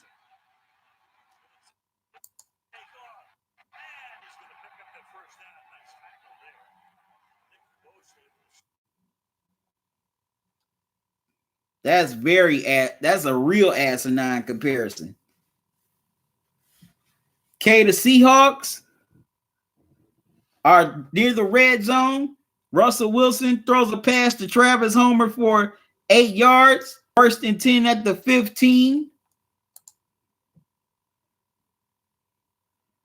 Claude Bishop, what's up, man? How you doing? Thanks for joining me. How was your holiday, man?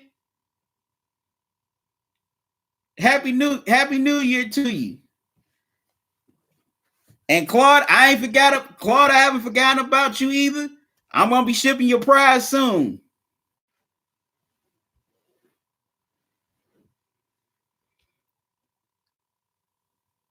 And Claude says he's Claude says he's smoking again. That's cold. He's talking about Steelers respect. That's wrong. Talking about he's smoking again. One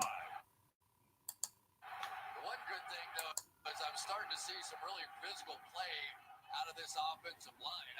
It was just a from beginning to end. K Beast Mode ended up being tackled for a 1-yard loss. So 2nd and 11 at the 16.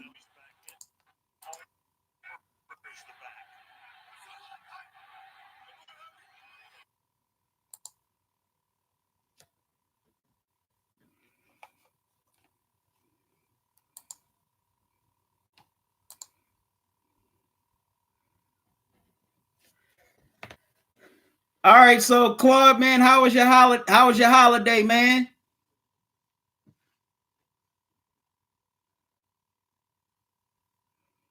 Okay, Rick H says Russell Wilson has the best record of any QB in the last 8 seasons. Only missed 4 snaps in 5 seasons. Playoff 7 of 8 seasons. Very true. So yeah, you definitely can't compare Russell Wilson to Blake Bortles. A lot more than Blake Bortles has.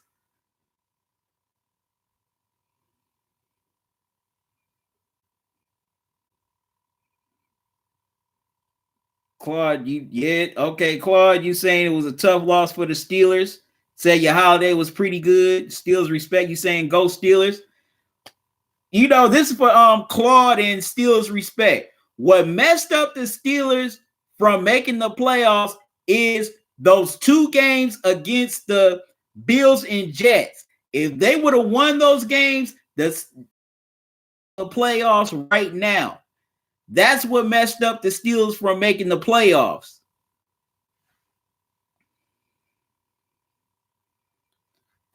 And I tried to say that on my, and I tried to tell Steelers fans that on Twitter earlier this week, but a lot of Steelers fans were PO'd at me because I was just telling the truth. They were very upset that I said that the Steelers missed their opportunity to, go to the playoffs because they lost those games to the Bills and the Jets.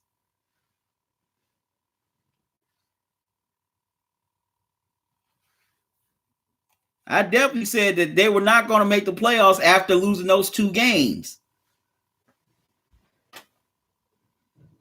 Okay, and the Seahawks get the touchdown, so now they are within 6.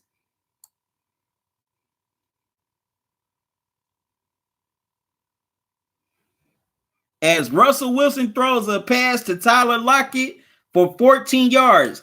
That's another person who's been missing in action in this game. Tyler Lockett. You definitely have to get him going in this half. Definitely haven't heard his name being called at all.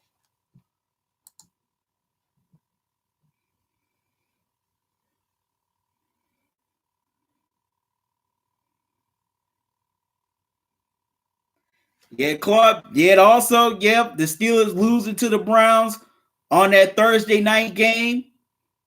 And also, yeah, y'all definitely had a lot of 3-point losses as well. Okay, Claude, you either saying it's going to be San Fran, Seattle playing the Ravens in the Super Bowl. Now, that would be interesting. Russell and Lamar going at it. That would be very interesting to see.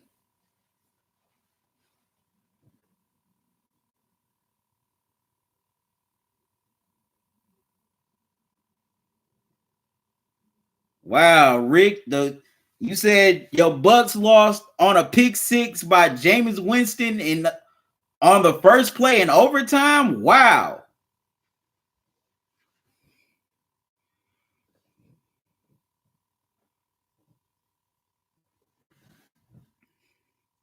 Claude Bishop had the lead in all those games in the fourth quarter. Yeah. And also losing to the 49ers in San Fran hurt y'all also. You know, the Steelers had all those turnovers, and they still couldn't put the 49ers away. That was shocking. The Steelers had about 5 turnovers in that game and still couldn't find a way to just put that team away. Okay, Claude, you said Baltimore versus 49ers rematch. Okay. Now that would be interesting. The Ravens and the 49ers go at it again.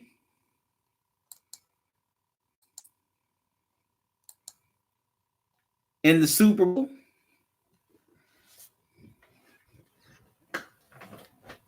Oh, excuse me.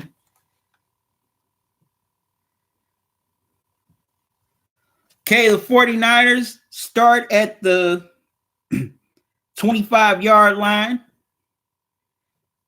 for their second drive of the second half.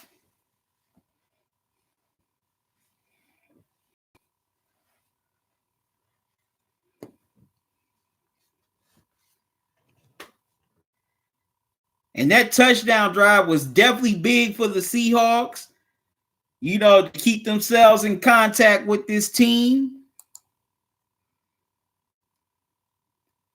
Because they definitely, they definitely could not be down 20-0.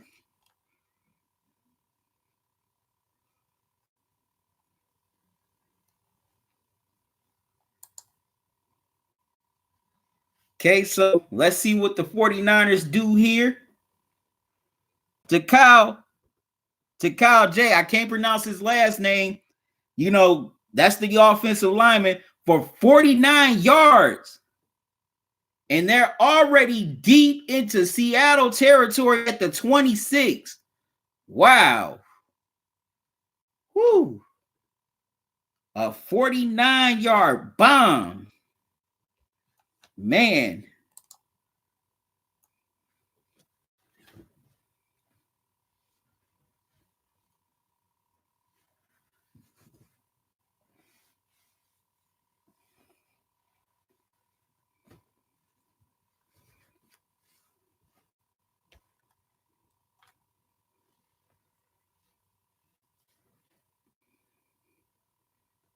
Let me ask y'all something.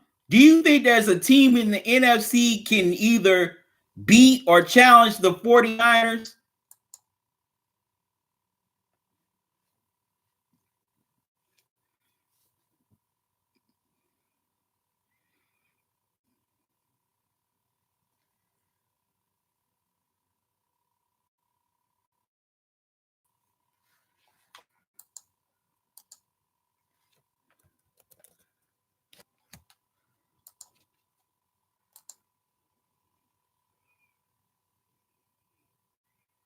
Okay, Claude Bishop is asking, are you serious, Rick, about the Winston pick six?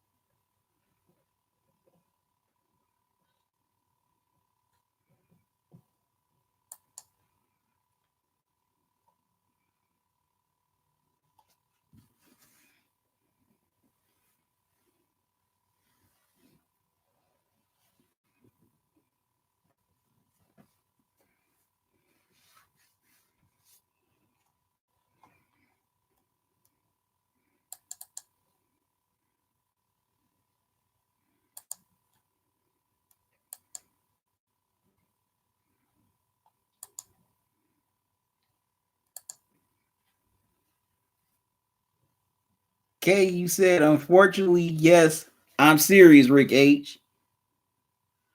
Okay, Rick H says Claude wouldn't have helped the Steelers this season. He definitely wasn't game ready.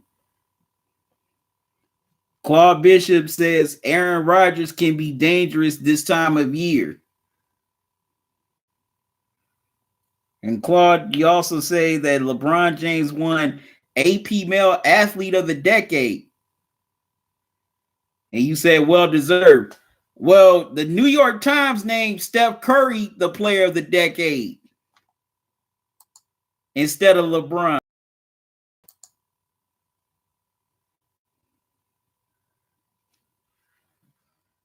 Wow. The 49ers are near the end zone and they are at the 2-yard line and second and goal. Wow. Man. Just like that. And Raheem Mostert, rushes it in for the 2-yard touchdown and it's 19-7 49ers. Wow. Just as Seattle drives down the field to score, the 49ers drive down and get it right back to a 2-possession game. Wow.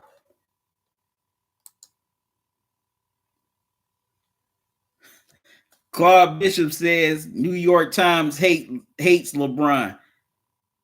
Why you say the New York Times hate LeBron, Claude?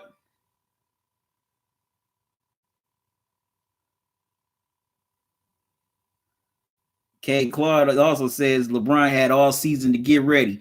Rick H says Packers, Seahawks, Saints, and Vikings can all beat the 49ers with the right game plan. That's possible.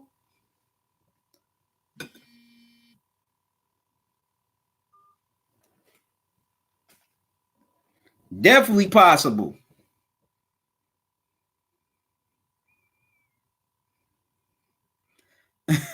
Claude Bishop says LeBron has killed the Knicks for the last decade.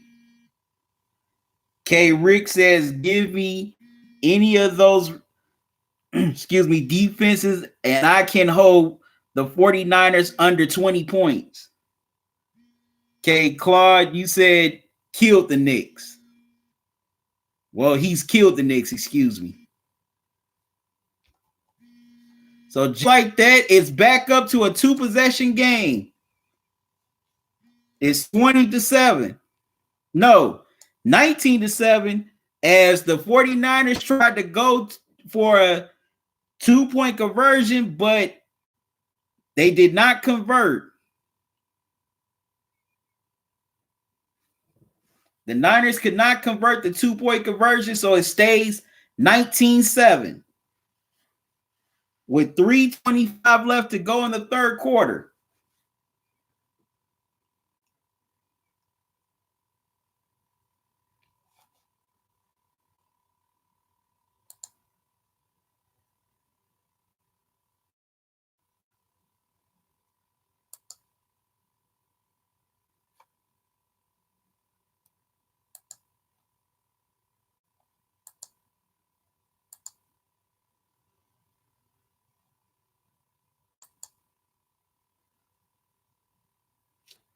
So just like that, quick, fast, in a hurry, the 49ers bumped the lead back up to a 2-possession game.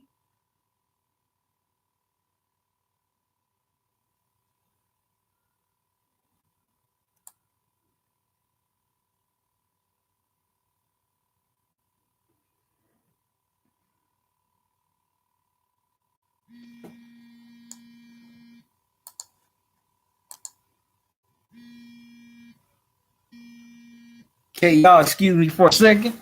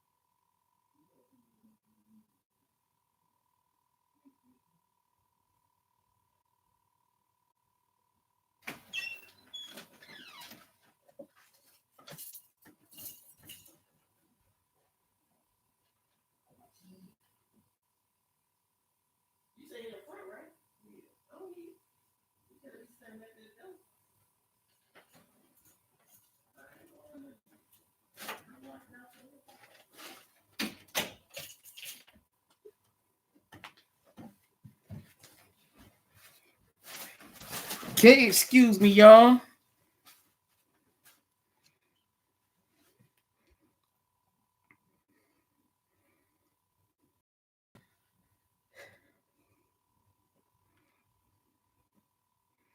Steelers respect says Conor McGregor sound with the Steelers.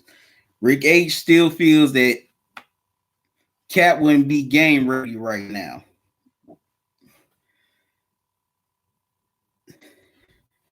And Claude Bishop feels that that Kaepernick can't be any worse than Duck Hodges or Mason Rudolph.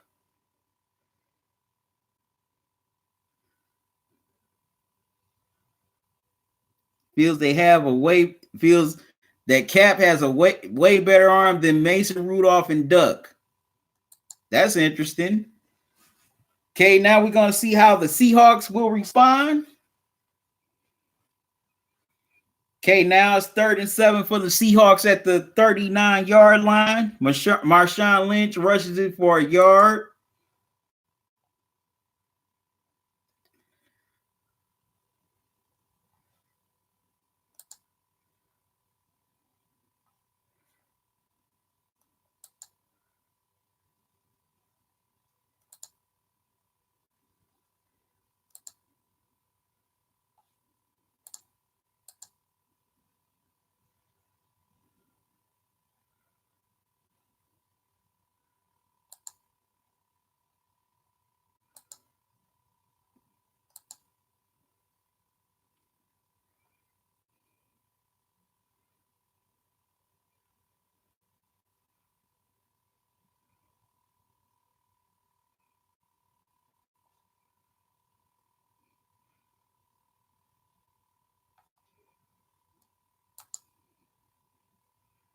Okay, 1st and 10 Seahawks as Russell Wilson throws a pass to Jacob Hollister for 7 yards. Okay, Rick. Okay, Rick. I can see, Kaepernick's arm not being all the way on point because he's rusty.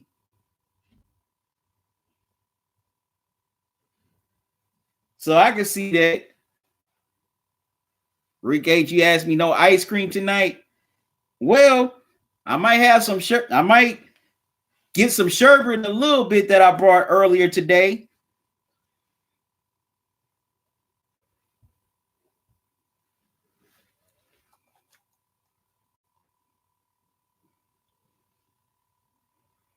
Okay, Claude Bishop says you're crazy.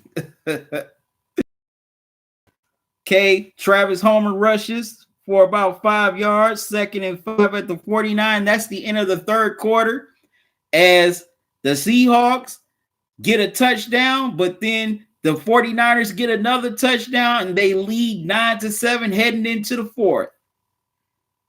So, in these next 15 minutes or more, if there's OT, one of these teams will be crowned the NFC West champions, while the other team will be the 5th seed, and they have to take a plane to go and play Philly Wild Card Weekend. So who will it be? Can the 49ers hold on, or will the Seahawks make a comeback? This is going to be an interesting fourth quarter.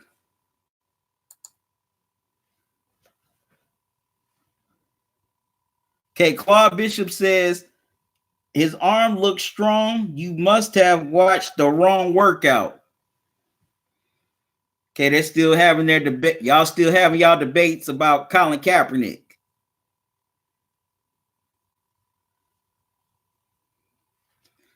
Or, in my opinion, I say they could have signed Colin Kaepernick as a backup and then, work with, the coaches on that team could have worked with him in the offseason. To get him more game ready. Sherry Bass, how you doing? Right now, it's the 49ers up 19-7, heading into the fourth quarter. How's your holiday, Sherry? Thanks for joining me.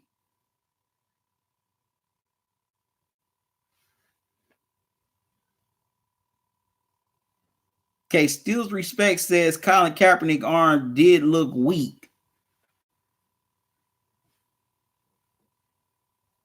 I mean, come on, the man ain't played football in about 4 years. So, like I said, I can see his arm looking like that. Okay.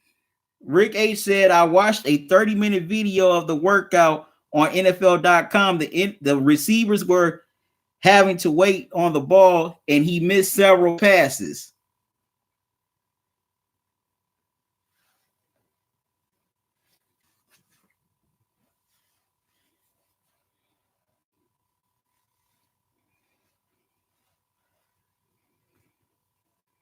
Yeah, but that's how I feel. Sign Colin Kaepernick to be a backup and have the quarterback coach to work with him.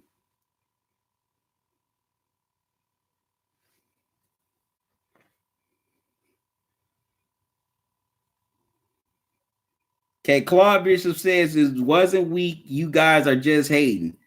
I mean, I look at it like this. If he would have been signed to an NFL team, the quarterback's coach could have worked with them, and also the offensive coordinator can create plays to cater to his strengths. I mean, that's what Jim Harbaugh did very well when they were together in San Fran. He created a good enough offense to tailor to his strength.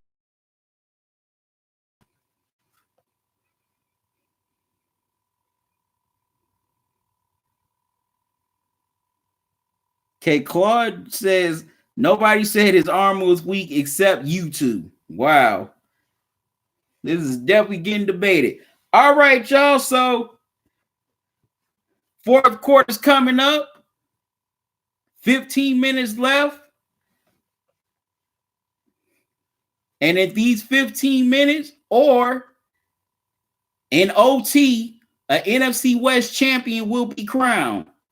Okay, Claude, even as a veteran, he just looked like someone that hasn't played in 2 years. Steelers Respect 90 says, isn't Colin Kaepernick like 30? Yeah, he just turned 30, I think, this year. Okay, Sherry Bastion, you asked me how did I get the name of this show? What, Sherry, are you talking about Talking and Grubbing or Dinner and Sunday Night Football?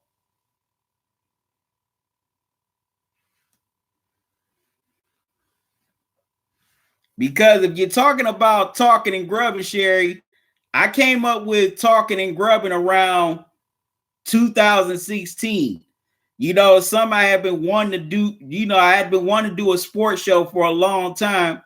So in order to stand out, I wanted to do something different. So I combined my two favorite things, sports and food, and Talking and Grubbing was born.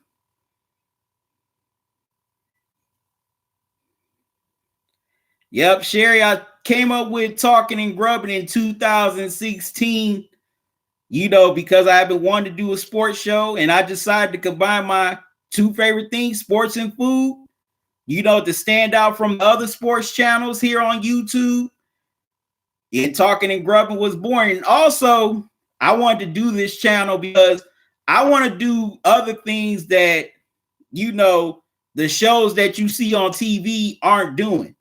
You know, I want to do things that Undisputed, First Take, Speak for Yourself, Get Up, all those sports shows that are on the air right now won't do.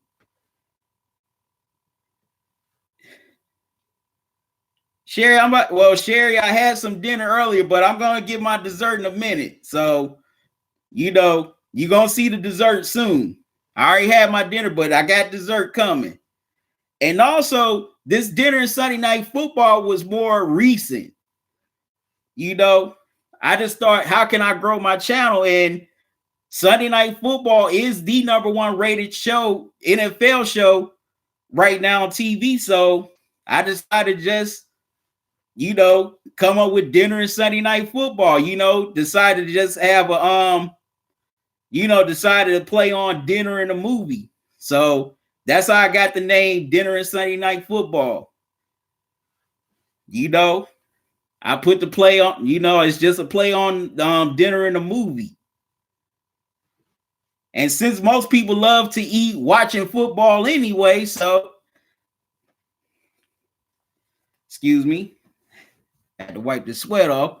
I just decided to do Dinner and Sunday Night Football. Plus, Sunday Night Football always has the big matchups.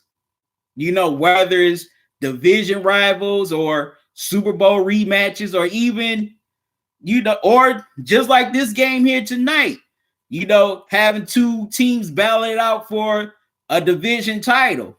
So I just want a lot, you know, I just decided to start live streaming these Sunday Night Football games and just bring them to y'all.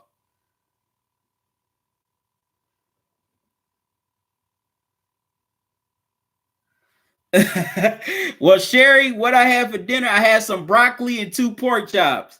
I'm sorry. Well, Sherry, I didn't know you was coming. If I knew you were coming, I would have saved you some. I'm not greedy. I would have saved you some broccoli and pork chops, but I didn't know you were coming. Next time RSVP, okay? Y'all excuse me, I'm about to go get this dessert.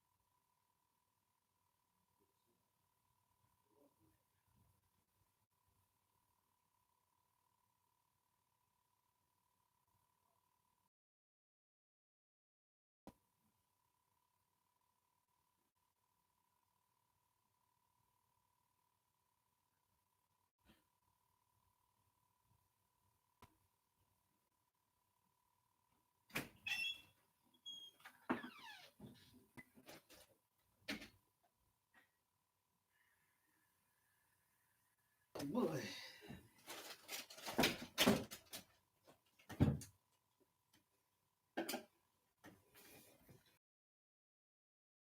Y'all.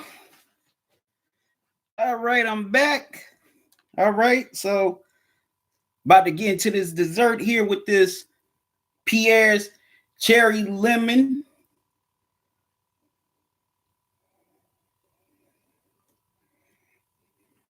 Oop. Man, that's too dang on close. This cherry lemon from Pierre's. Oh, wow, Sherry, you got a whole family full of Steeler fans? Wow. Thank God I only got one.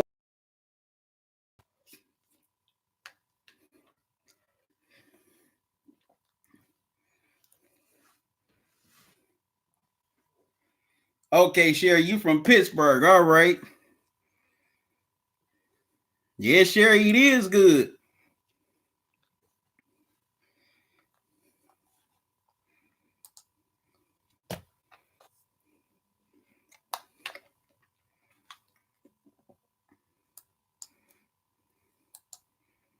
All right, the Seahawks get a touchdown, and they cut the lead to 5. Wow. That's a great way to start this fourth quarter. So now it's a 5-point game.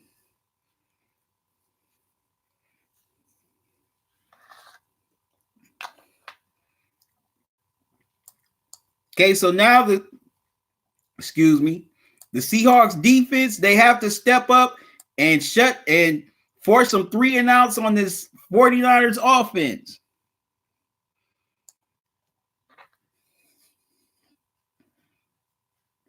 And that touchdown was courtesy of Marshawn Lynch, aka Beast Mode, as he rushed for a 1-yard touchdown.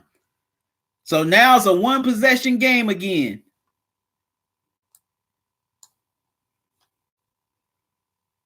As the 49ers will start at their at the 25-yard line.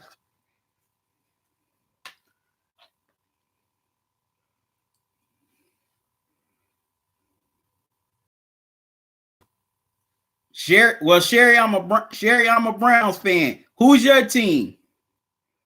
Okay, Steelers Respect says the Browns should fire John Dorsey also. Okay, why do you say that, Steelers Respect?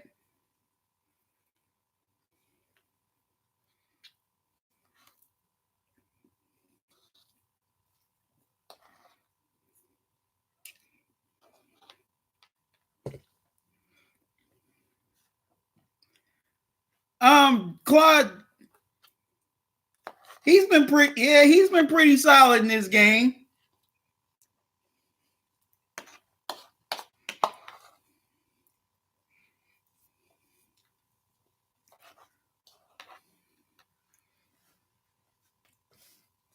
Okay, Sherry, you ride with the Steelers too.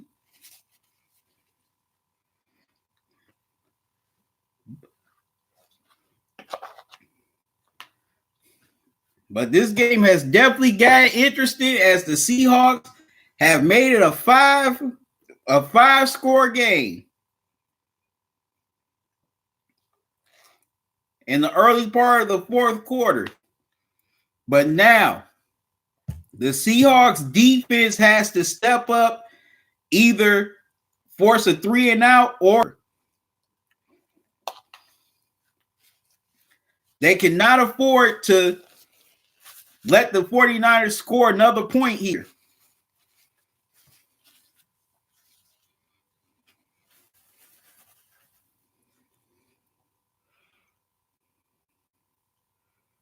Okay, Rick says, considering he hasn't played in 16 months, Marshawn looks pretty good.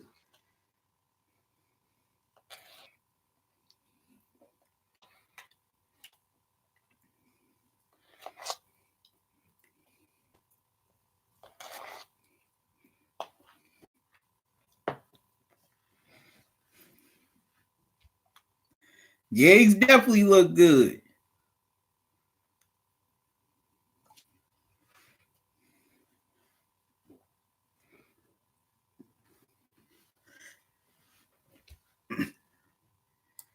Yep. So this possession here is very big for the Seahawks because they have to stop the 49ers.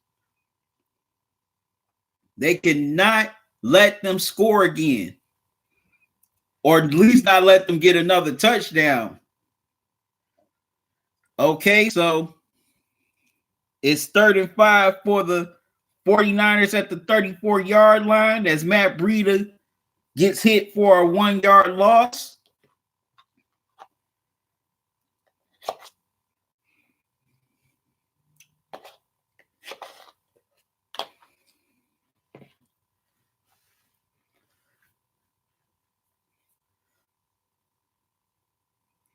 So if they can at least hold the 49ers to a field goal, the Seahawks are in good shape because they'll only be down 7. No, excuse me. Not 7, but 8. And Jimmy G throws a pass to Deebo Samuel for 21 yards, and the 49ers are near the red zone at the 13. Oh, wow. Man, Jimmy G has come up with a big play after big play.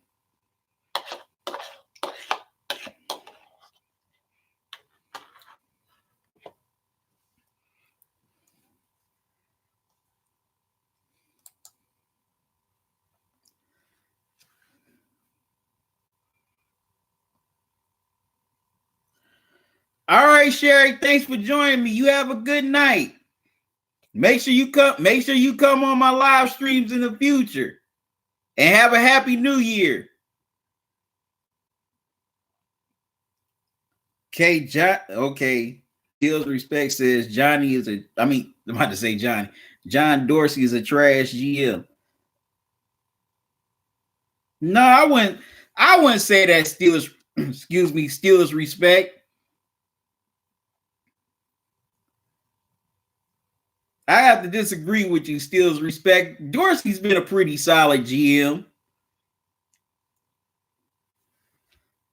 I mean, come on, there's a lot of GMs out there that's worse.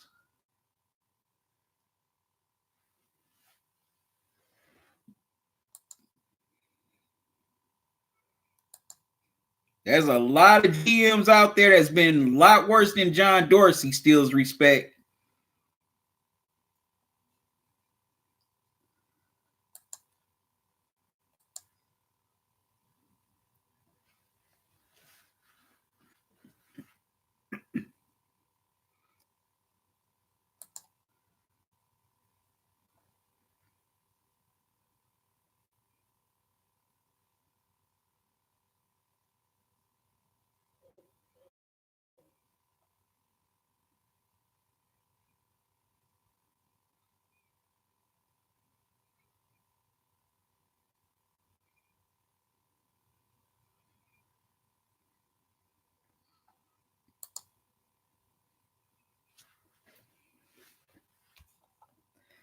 And the 49ers get a touchdown thanks to Raheem Mostert as he rushes it for 13. The lead is up to 26-14. That's something you definitely did not want to happen if you were the Seahawks defense because they ate up some clock and there's only 5:51 left in the fourth quarter. Wow. Man, the Seahawks defense has just been getting gashed here tonight.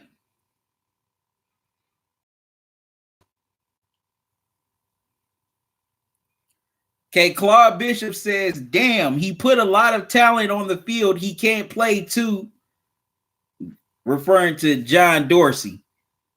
Definitely agree. But wow, the 49ers just made it a 2-possession game once again, thanks to the Raheem Mostert 13-yard touchdown. The Seahawks have been defense has just been getting burnt all night. If it's not in the pass, they've gotten burned in the run.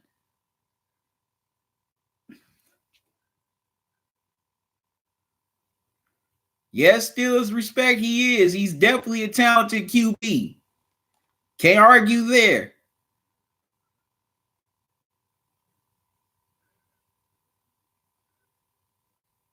Claude Bishop says you can't fire a head coach after 1 year. I mean, you can if the team hasn't improved under him and they haven't been prepared on game day. Rick H says the Bucks have. Yeah, the Bucks have fired a coach after 1 year.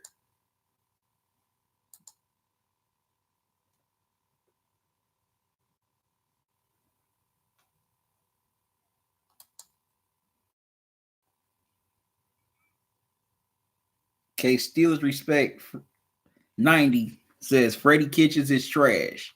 Agreed. Claude Bishop still feels you shouldn't fire a head coach after 1 year. I can see that point. I can see what Claude is saying too.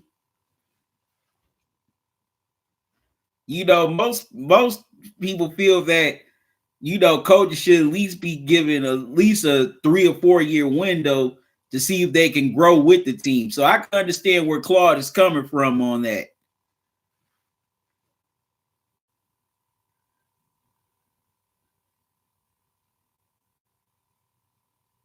And Claude Bishop says the Bucks haven't won in this decade either. Neither.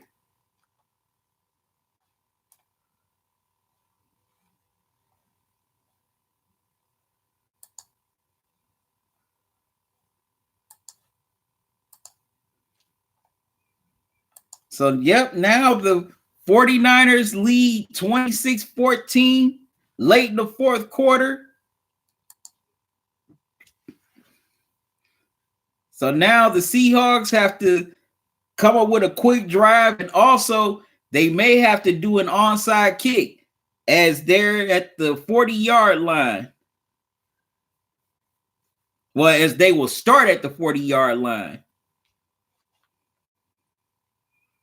So they definitely have some pretty good field position to start with.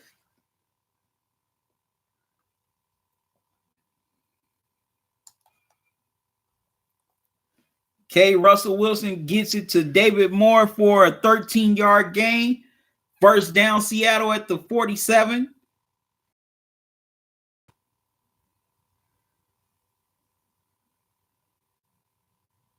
Okay, Rick H says Bucks had one winning record this decade. Okay, Claude Bishop felt Freddie Kitchens deserved at least one more year.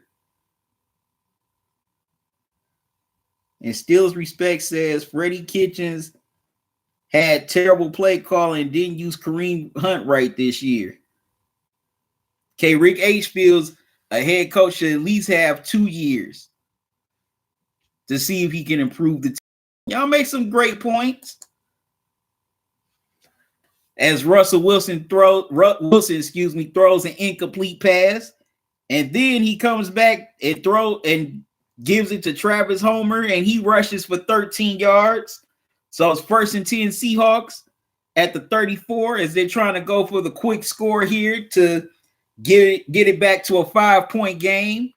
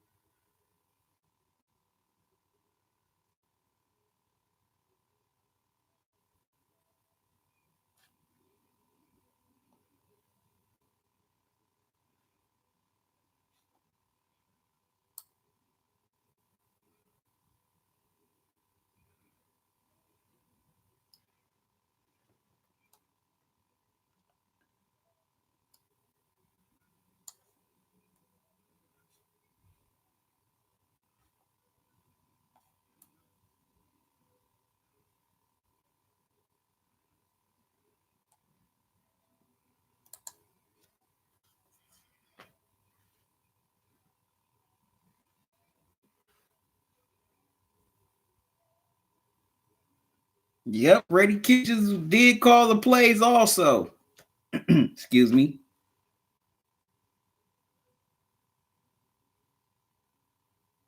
Yeah, Claude, the Steelers only had 3 head coaches in their entire history.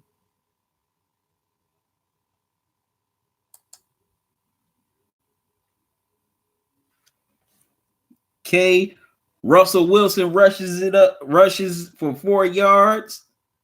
So it's 3rd and 6 at the 30-yard line for the Seahawks. Big third down here for them to convert to get the first down.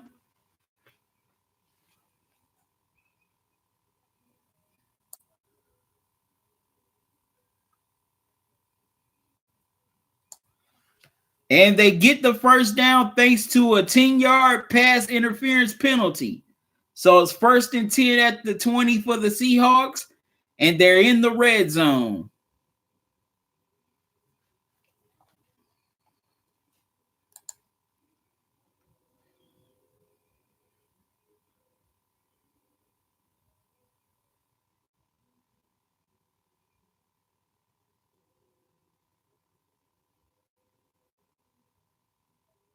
Okay, Rick H says the Bucks had about 20 head coaches in my lifetime.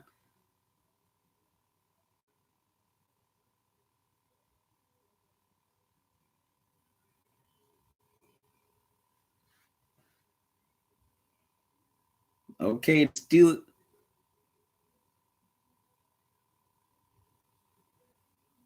respect. The Steelers have never fired a head coach, Claude Bishop, 3 since 1969.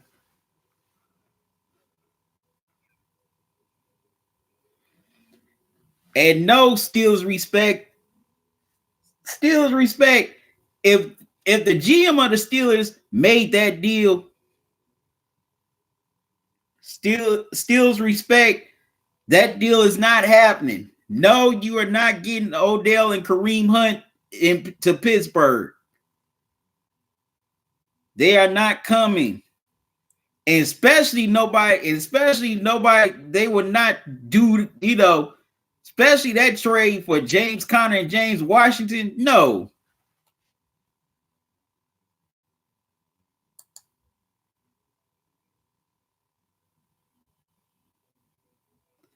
And now the Seahawks get another first down thanks to a 49ers 14-yard pass interference penalty. So now the Seahawks are at 16.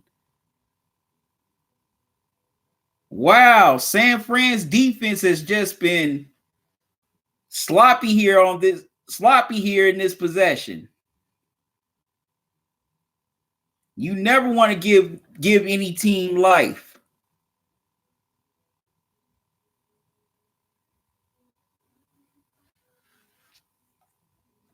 Especially by giving them a first down where you can hold them to a field goal. You might have a chance to hold them to a field goal.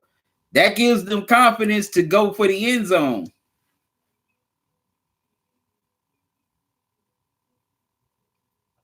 Okay, Claude Bishop says John McKay, where the Bucks first and 3 years later. Well, and 3 years later, they were in the NFC conference game.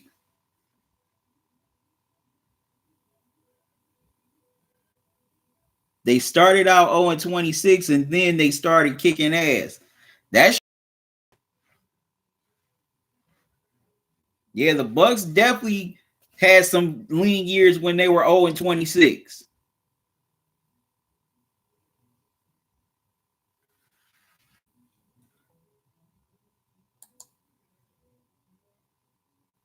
Okay, 2nd and 8 for the Seahawks as Russell Wilson rushes for 2 yards. Is at the 14-yard. They're at the 14-yard line.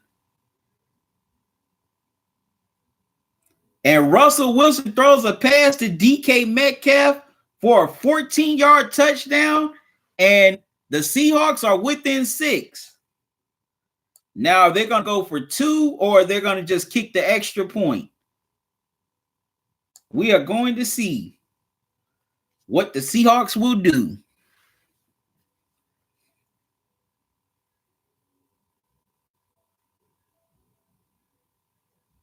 And then will they go for the onside kick? Okay, the extra point is good. So now it's a 5-point game again as the lead is cut down to 5 at 26-21. And San Fran, they definitely shot themselves in the foot on that drive by committing two pass interference penalties in a row.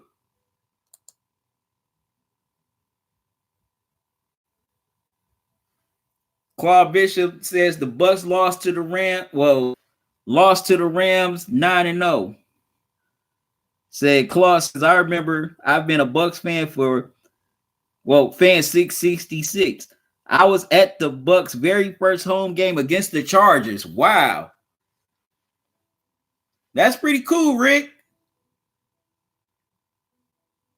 That's real cool.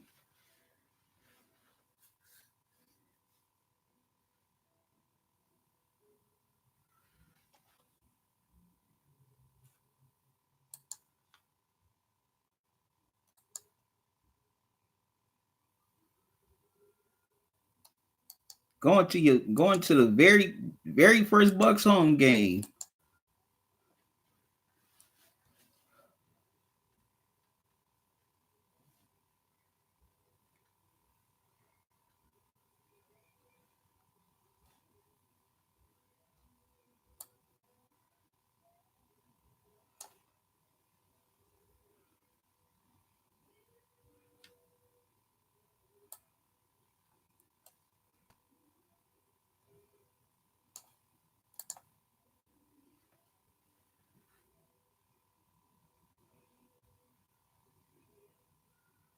Claude Bishop says, at least you're not a bandwagon fan. Steelers respect, says Bucker Bortles. Steelers respect, I gotta ask you, man, what's with this obsession with Blake Bortles?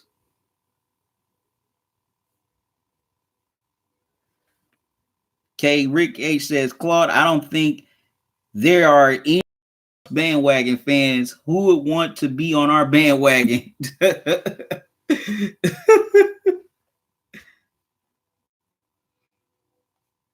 Yep, I want to know Steelers respect. What's with this fascination with Blake Bortles?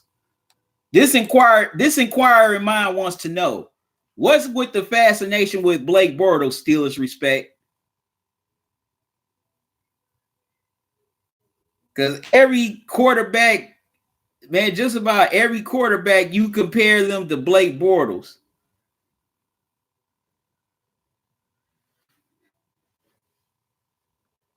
Hey, Claude Bishop, you saying Dan Fouts, 3 All-Pro wide receivers and 1 Pro Bowl running back with a Hall of Fame tight end. Steelers respect says Blake Bortles is trash and he beat us in the playoffs, and I'm still mad about that.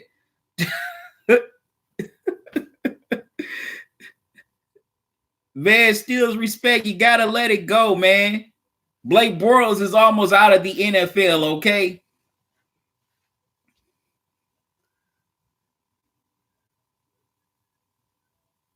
Claude Bishop says, hell, I wish that we had Blake this year.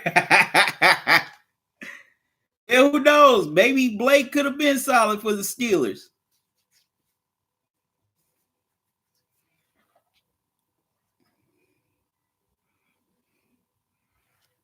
Okay, the 49ers get the ball back as Raheem Mostert rushes for 3 yards.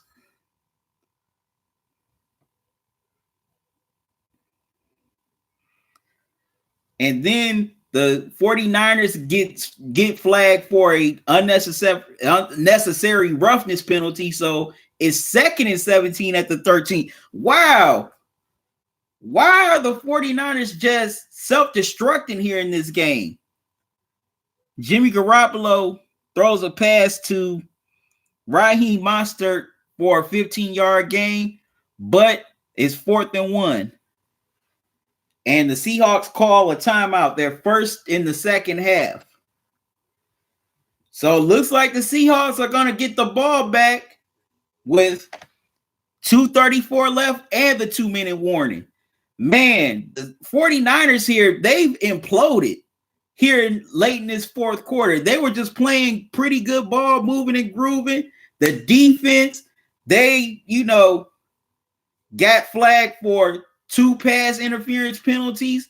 Then here on this offensive possession for the Niners, they get flagged for an unnecessary roughness penalty. So is their lack of focus, will their lack of focus come to play in the playoffs? Because, let's be real, majority of these players on the 49ers don't have playoff, they never been in a playoff game. Seahawks get the ball back at the 28-yard line. Yeah, but the 49ers, a lot of these guys have not been in playoff games with the exception of, Richard Sherman. So, does their lack of focus show, will their lack of focus and attention to detail be a problem for them in the playoffs? Okay, the Seahawks start at the 27-yard line.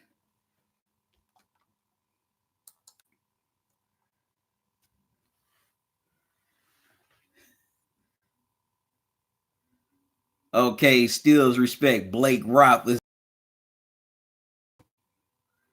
Rick H says Bortles beat y'all twice that year, once in Pittsburgh and one in the playoffs. Claude Bishop says at least one of them is in shape. Okay, now Claude is lobbying for Blake to be in Pittsburgh. Rick says Big Ben threw 5 picks in that game, and both games were in Pittsburgh. Steelers respect says Blake is terrible. I would rather have Derek Carr. Claude Bishop, I think Big Ben is done. I agree. I mean, he's taken a lot of hits throughout his career. And Rick says after that game, Big Ben talked about retiring. Yeah, but Claude Bishop, I definitely don't think Big Ben has a lot of, too many years left in the NFL. Claude Bishop, Ben looks like a tight end. Okay, so let's see what the Seahawks can do. Okay, Russell Wilson throws a pass to DK Metcalf for the first down for 10 yards. It's first down Seahawks at the 43-yard line.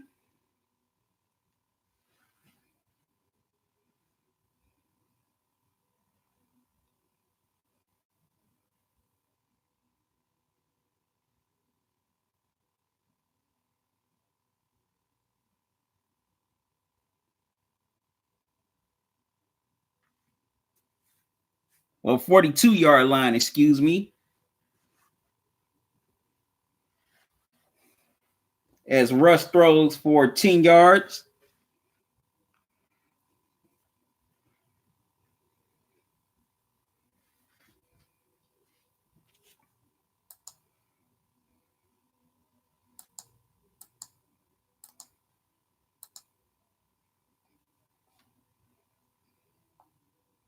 Okay, this game is coming down to the wire. The NFC West Championship is on the line.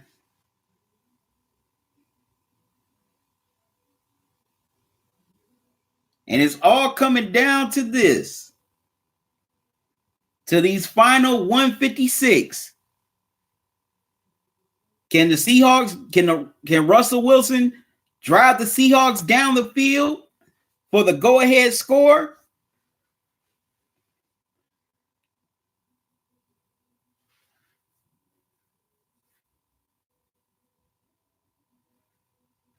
In these next 156 minutes, one of these teams will be the NFC West champion with the number 1 seed in a first round bye, while the loser will be the 5th seed in the NFC wild card, and they will have to fly to Philly to take on the Eagles wild card weekend, which is this weekend.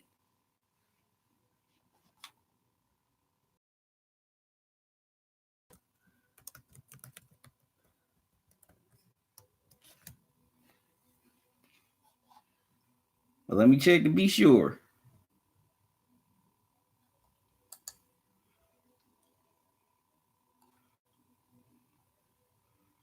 Yep, this weekend.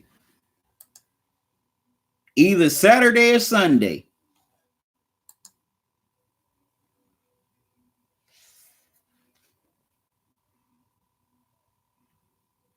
Steals Respect says Big Ben has at least 10 years left. No, Steals Respect, I'm sorry. Ben don't have 10 years left. He's taking too many hits. Claude Bishop says, yeah, competitive eating contest. Oh, that's bro. Claude Bishop says if the 49ers can get rid of Montana, then we can get rid of Big. Steals Respect joke said Big Ben can play until he is 45. Nah. Yeah, Elop, you said the Seahawks will come back. And they're driving down the field right now, you know, trying to make a comeback. Definitely trying to come back in this game. Okay, Wilson gets it to Travis Homer for 11 yards. So the Seahawks are at the 47. Yeah, Elop Tick, you definitely said it at halftime that the Seahawks would come back, and they definitely have a great chance to come back in this game.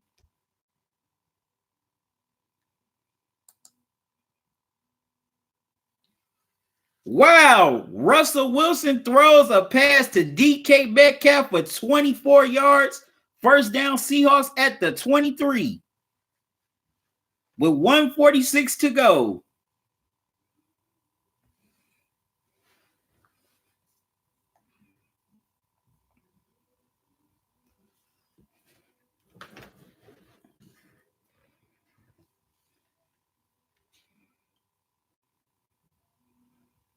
Okay, Russ throws an incomplete pass intended for Metcalf. Okay, still 2nd and 10 at the 23 for the Seahawks.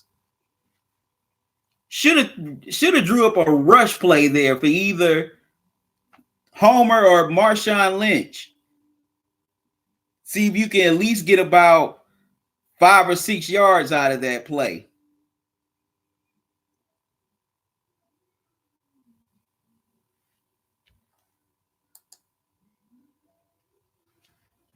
Okay, Claude Bishop says people think I hate Ben. Wrong. I loved his on-field play, but off the field, he's a terrible dude.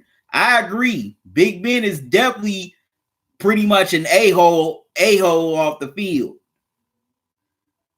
Claude Bishop also says, give him a gold watch and retire his jersey and say thanks for the memories.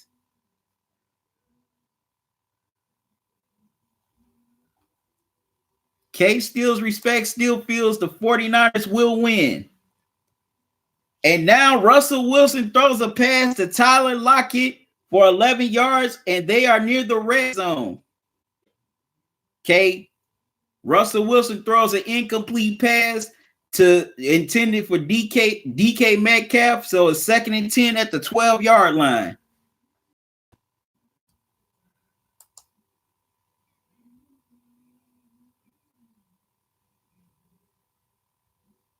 Claude Bishop says, I doubt that Big Ben can play 10 games.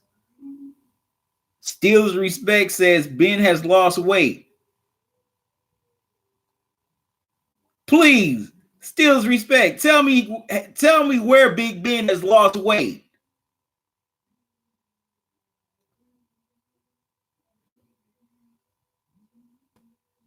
Claude Bishop says, yeah, from 320 to 310. That's cold. That's cold. Okay, Russell Wilson throws an incomplete pass intended for Jacob Hollister, excuse me. What's up with all these passing plays? Draw up some runs.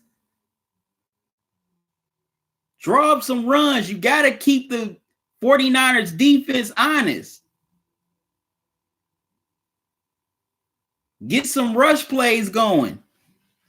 Okay, the Seahawks call their second timeout of the half with 46 seconds to go as they are in the red zone at the 12-yard line on 3rd and 10. This is a very big third down.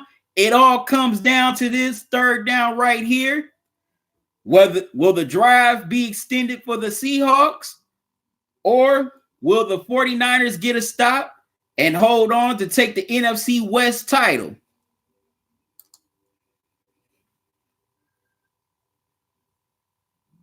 Stills Respect says Ben weighs 240. Claude Bishop says, but he hasn't had breakfast yet.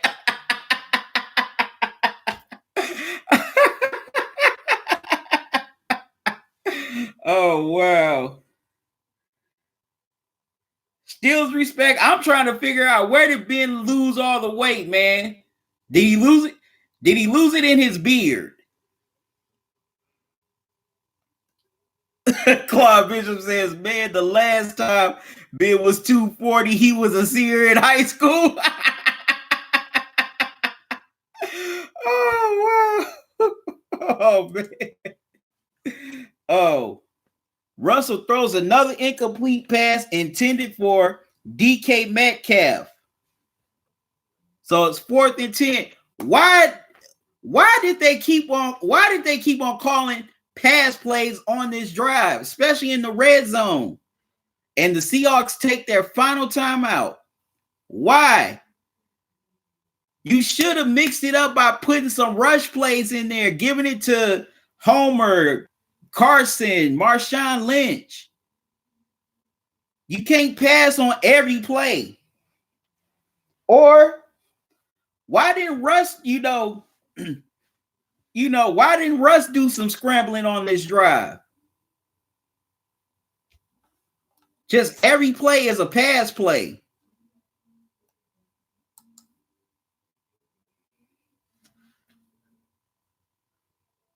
Okay, Claude Bishop says he's playing. Claude Bishop says Big Ben is playing tight end next season. Oh, wow. Man, y'all something else.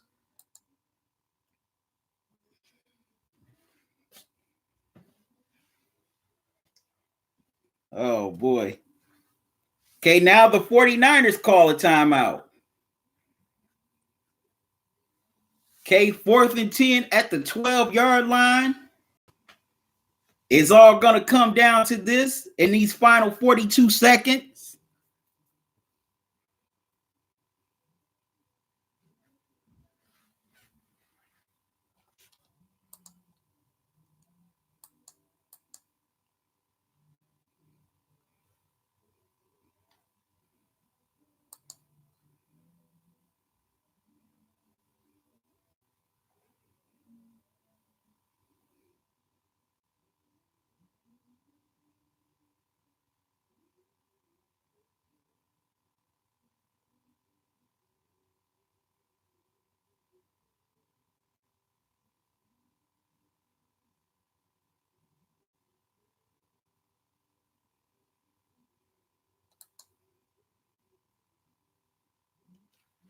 Okay, it's going to come down.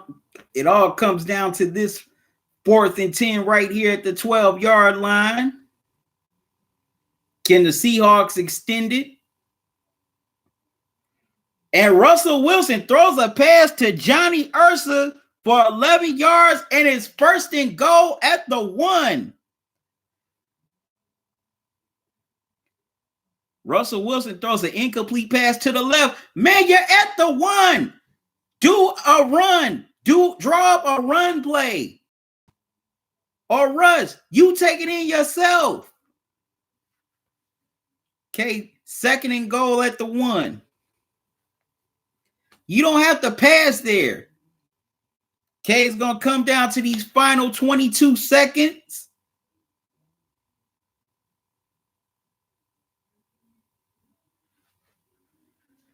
As the Seahawks are at the 1, they are just an inch away from taking the lead and probably winning the NFC West. Wow, and the Seahawks get called for a delay of game penalty.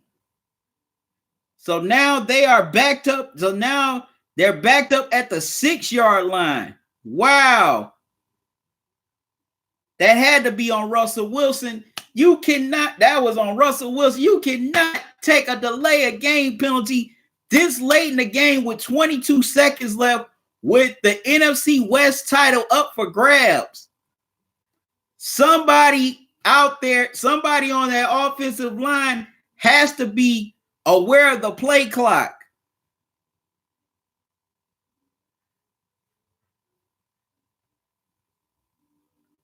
And now Russell Wilson throws an incomplete pass intended for Tyler Lockett. And they are at the 5. Why do they keep on drawing up pass plays when you don't have to?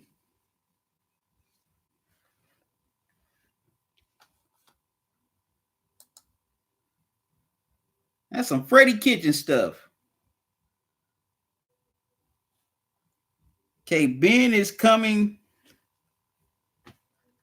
to be a Buccaneer to unite with his boy Bruce Arians. Can't be no worse than Winston, Rick H says. And it's intercepted. No. Russell Wilson throws an incomplete pass, down the middle.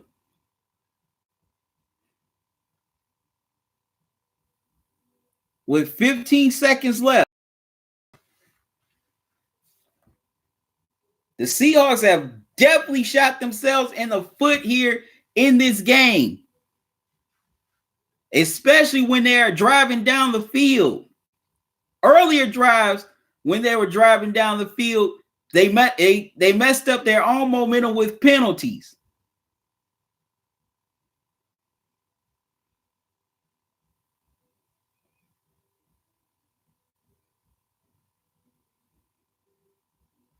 Wow, Russell Wilson throws a pass to Jacob Hollister for only 4 yards, and the 49ers back on downs.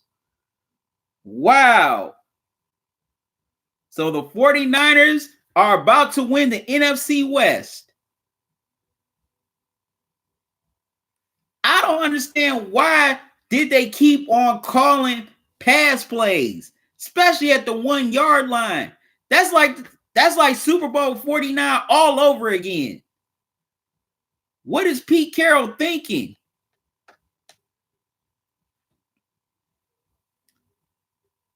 You're at the 1-yard line. You get it to a runner, whether it's Marshawn Lynch, whether it's Homer, or have Russell Wilson could have did a quarterback sneak. But y'all kept on calling pass plays, pass plays, pass plays. That is the dumbest ish I ever seen. Very dumb.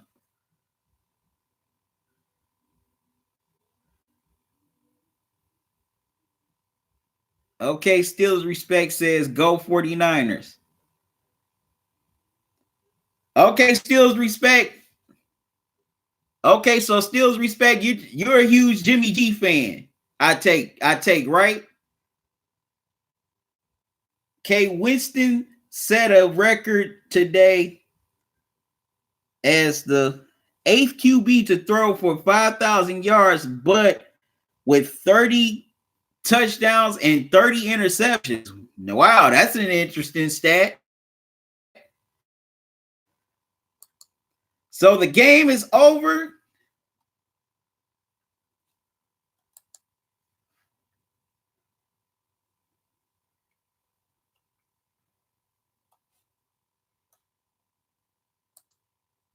Wow.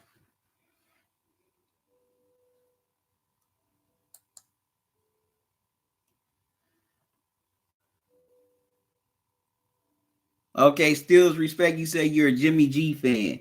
Claude Bishop says Carroll's an idiot. Who would figure that he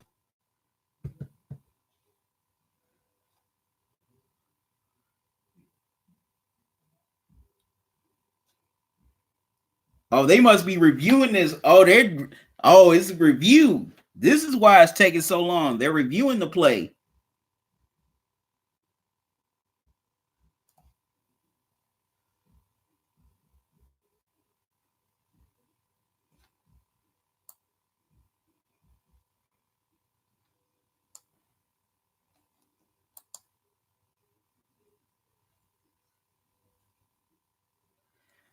All right, Rick.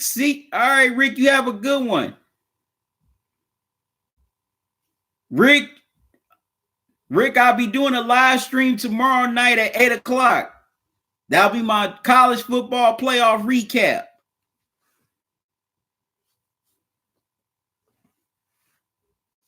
And you be safe too.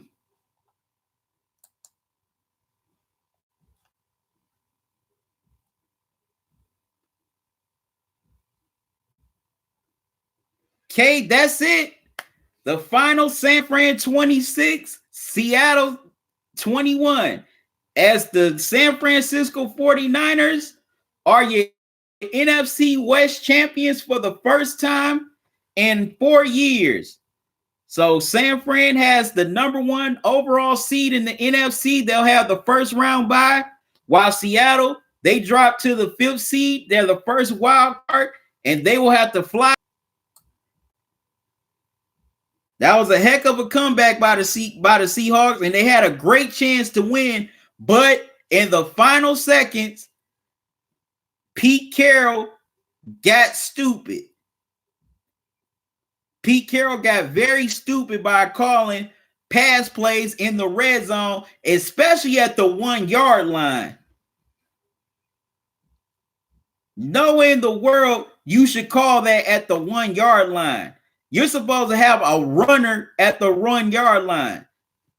He could have gave it to Homer, Marshawn Lynch, or Chris Carson on that play at the 1.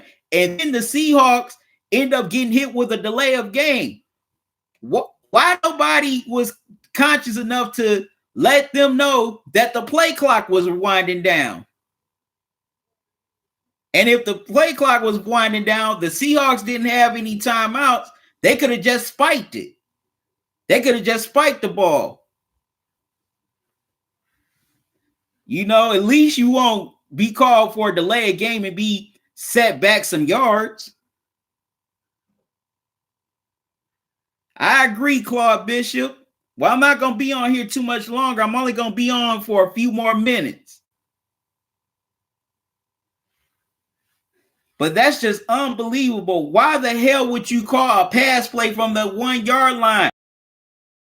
Learn anything from Super Bowl 49? Come on, man. You do not call a pass play from the 1. That's just idiotic.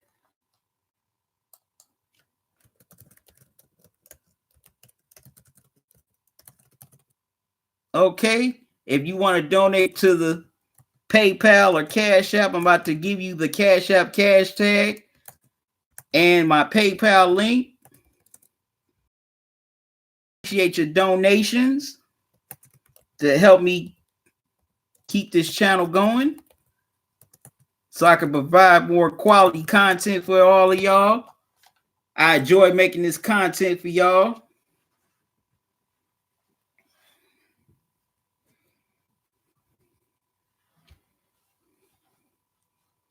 About to give you the PayPal link in a second. You know, I've enjoyed doing these dinner and Sunday night football live streams for y'all. You know, even though I just started doing these in, you know, at the beginning of November, you know, I appreciate y'all support coming on here. You know, I enjoy talking with y'all about football, about, you know, that week's game, you know, the matchups, who y'all think will win, you know, and yes, dinner and Sunday night football will be returning in 2020. And also, and as far as the playoff games, you know, I have to play it by ear to see which games I will be live streaming. Because, you know, some of these games may come on, say that Saturday while I'm at work. So definitely gonna have to be selective about the games that I live stream, you know, during the wild card as well as the, you know, divisional playoffs.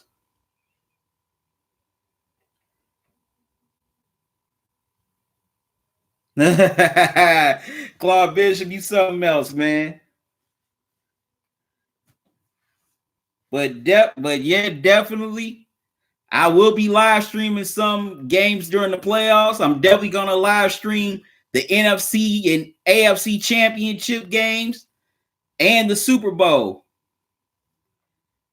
Also, I'm gonna be live streaming the national championship coming up in a couple of weeks between LSU and Clemson.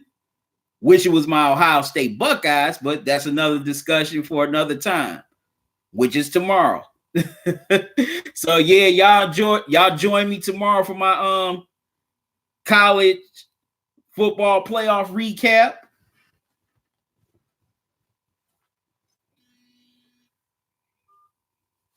Y'all join me for my college football playoff recap tomorrow at 8 o'clock.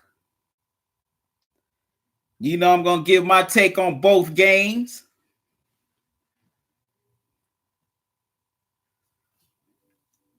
Oh, Steelers respect.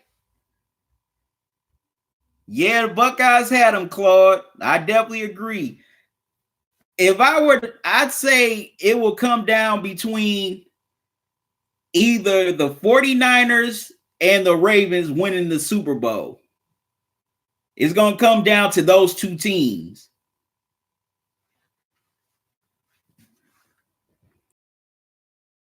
But yeah, if you can donate to the Claude Bishop, anybody except the Ravens. I hear you, Claude. But yeah, y'all can donate. If you can donate to the Cash App or PayPal. I would greatly appreciate it.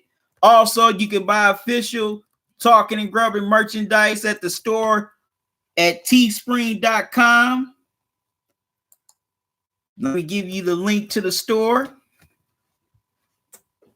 From now till January 31st, you can get 20% off your purchase. I put it in free shipping by putting it in QC 2020.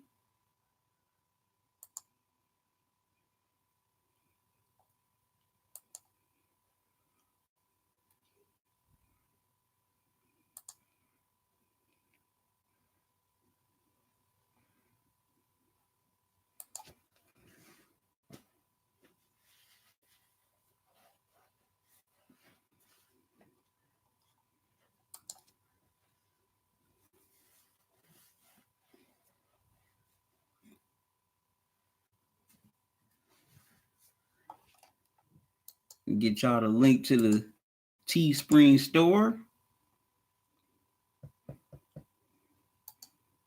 All right, there we go. Okay, the Steelers respect.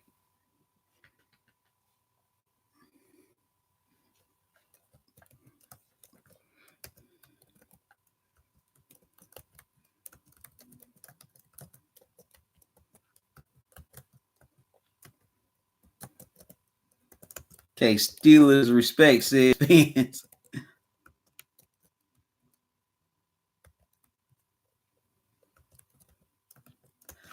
All right, Claude, definitely appreciate it.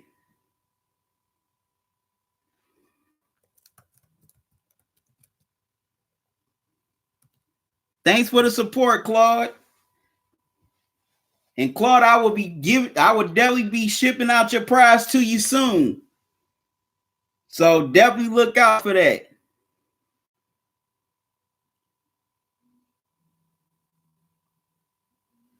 Yeah, Asian Math, that's horrible. They bring Beast Mode back and they don't give him the ball with the game on the line to score. Once again, Asian Math. Unbelievable. Bring the man back. You got the ball at the 1 yard line to win the NFC West, to have the number 1 seed, to have a first round bye. You know, that way you have a whole week off. So, and you don't give it to them at the 1 yard line. So now, you know, you're the 5th seed. You have to fly all the way to the East Coast to take on the Philadelphia Eagles wild card weekend. When you could just be sitting when you could have just punched it in the end zone, and you would have the NFC West title, and you would be at home chilling, and also other teams would have to come to your spot to beat you. The run to the NFC Championship would come through you. They would have to come to your stadium and beat you. But Pete Carroll, once again, Pete Carroll screws over Marshawn Lynch.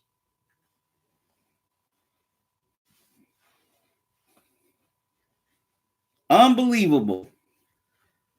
But I got to get out of here, y'all. I appreciate y'all joining me on this extended Dinner and Sunday Night Football season finale. The Dinner and Sunday Night Football will.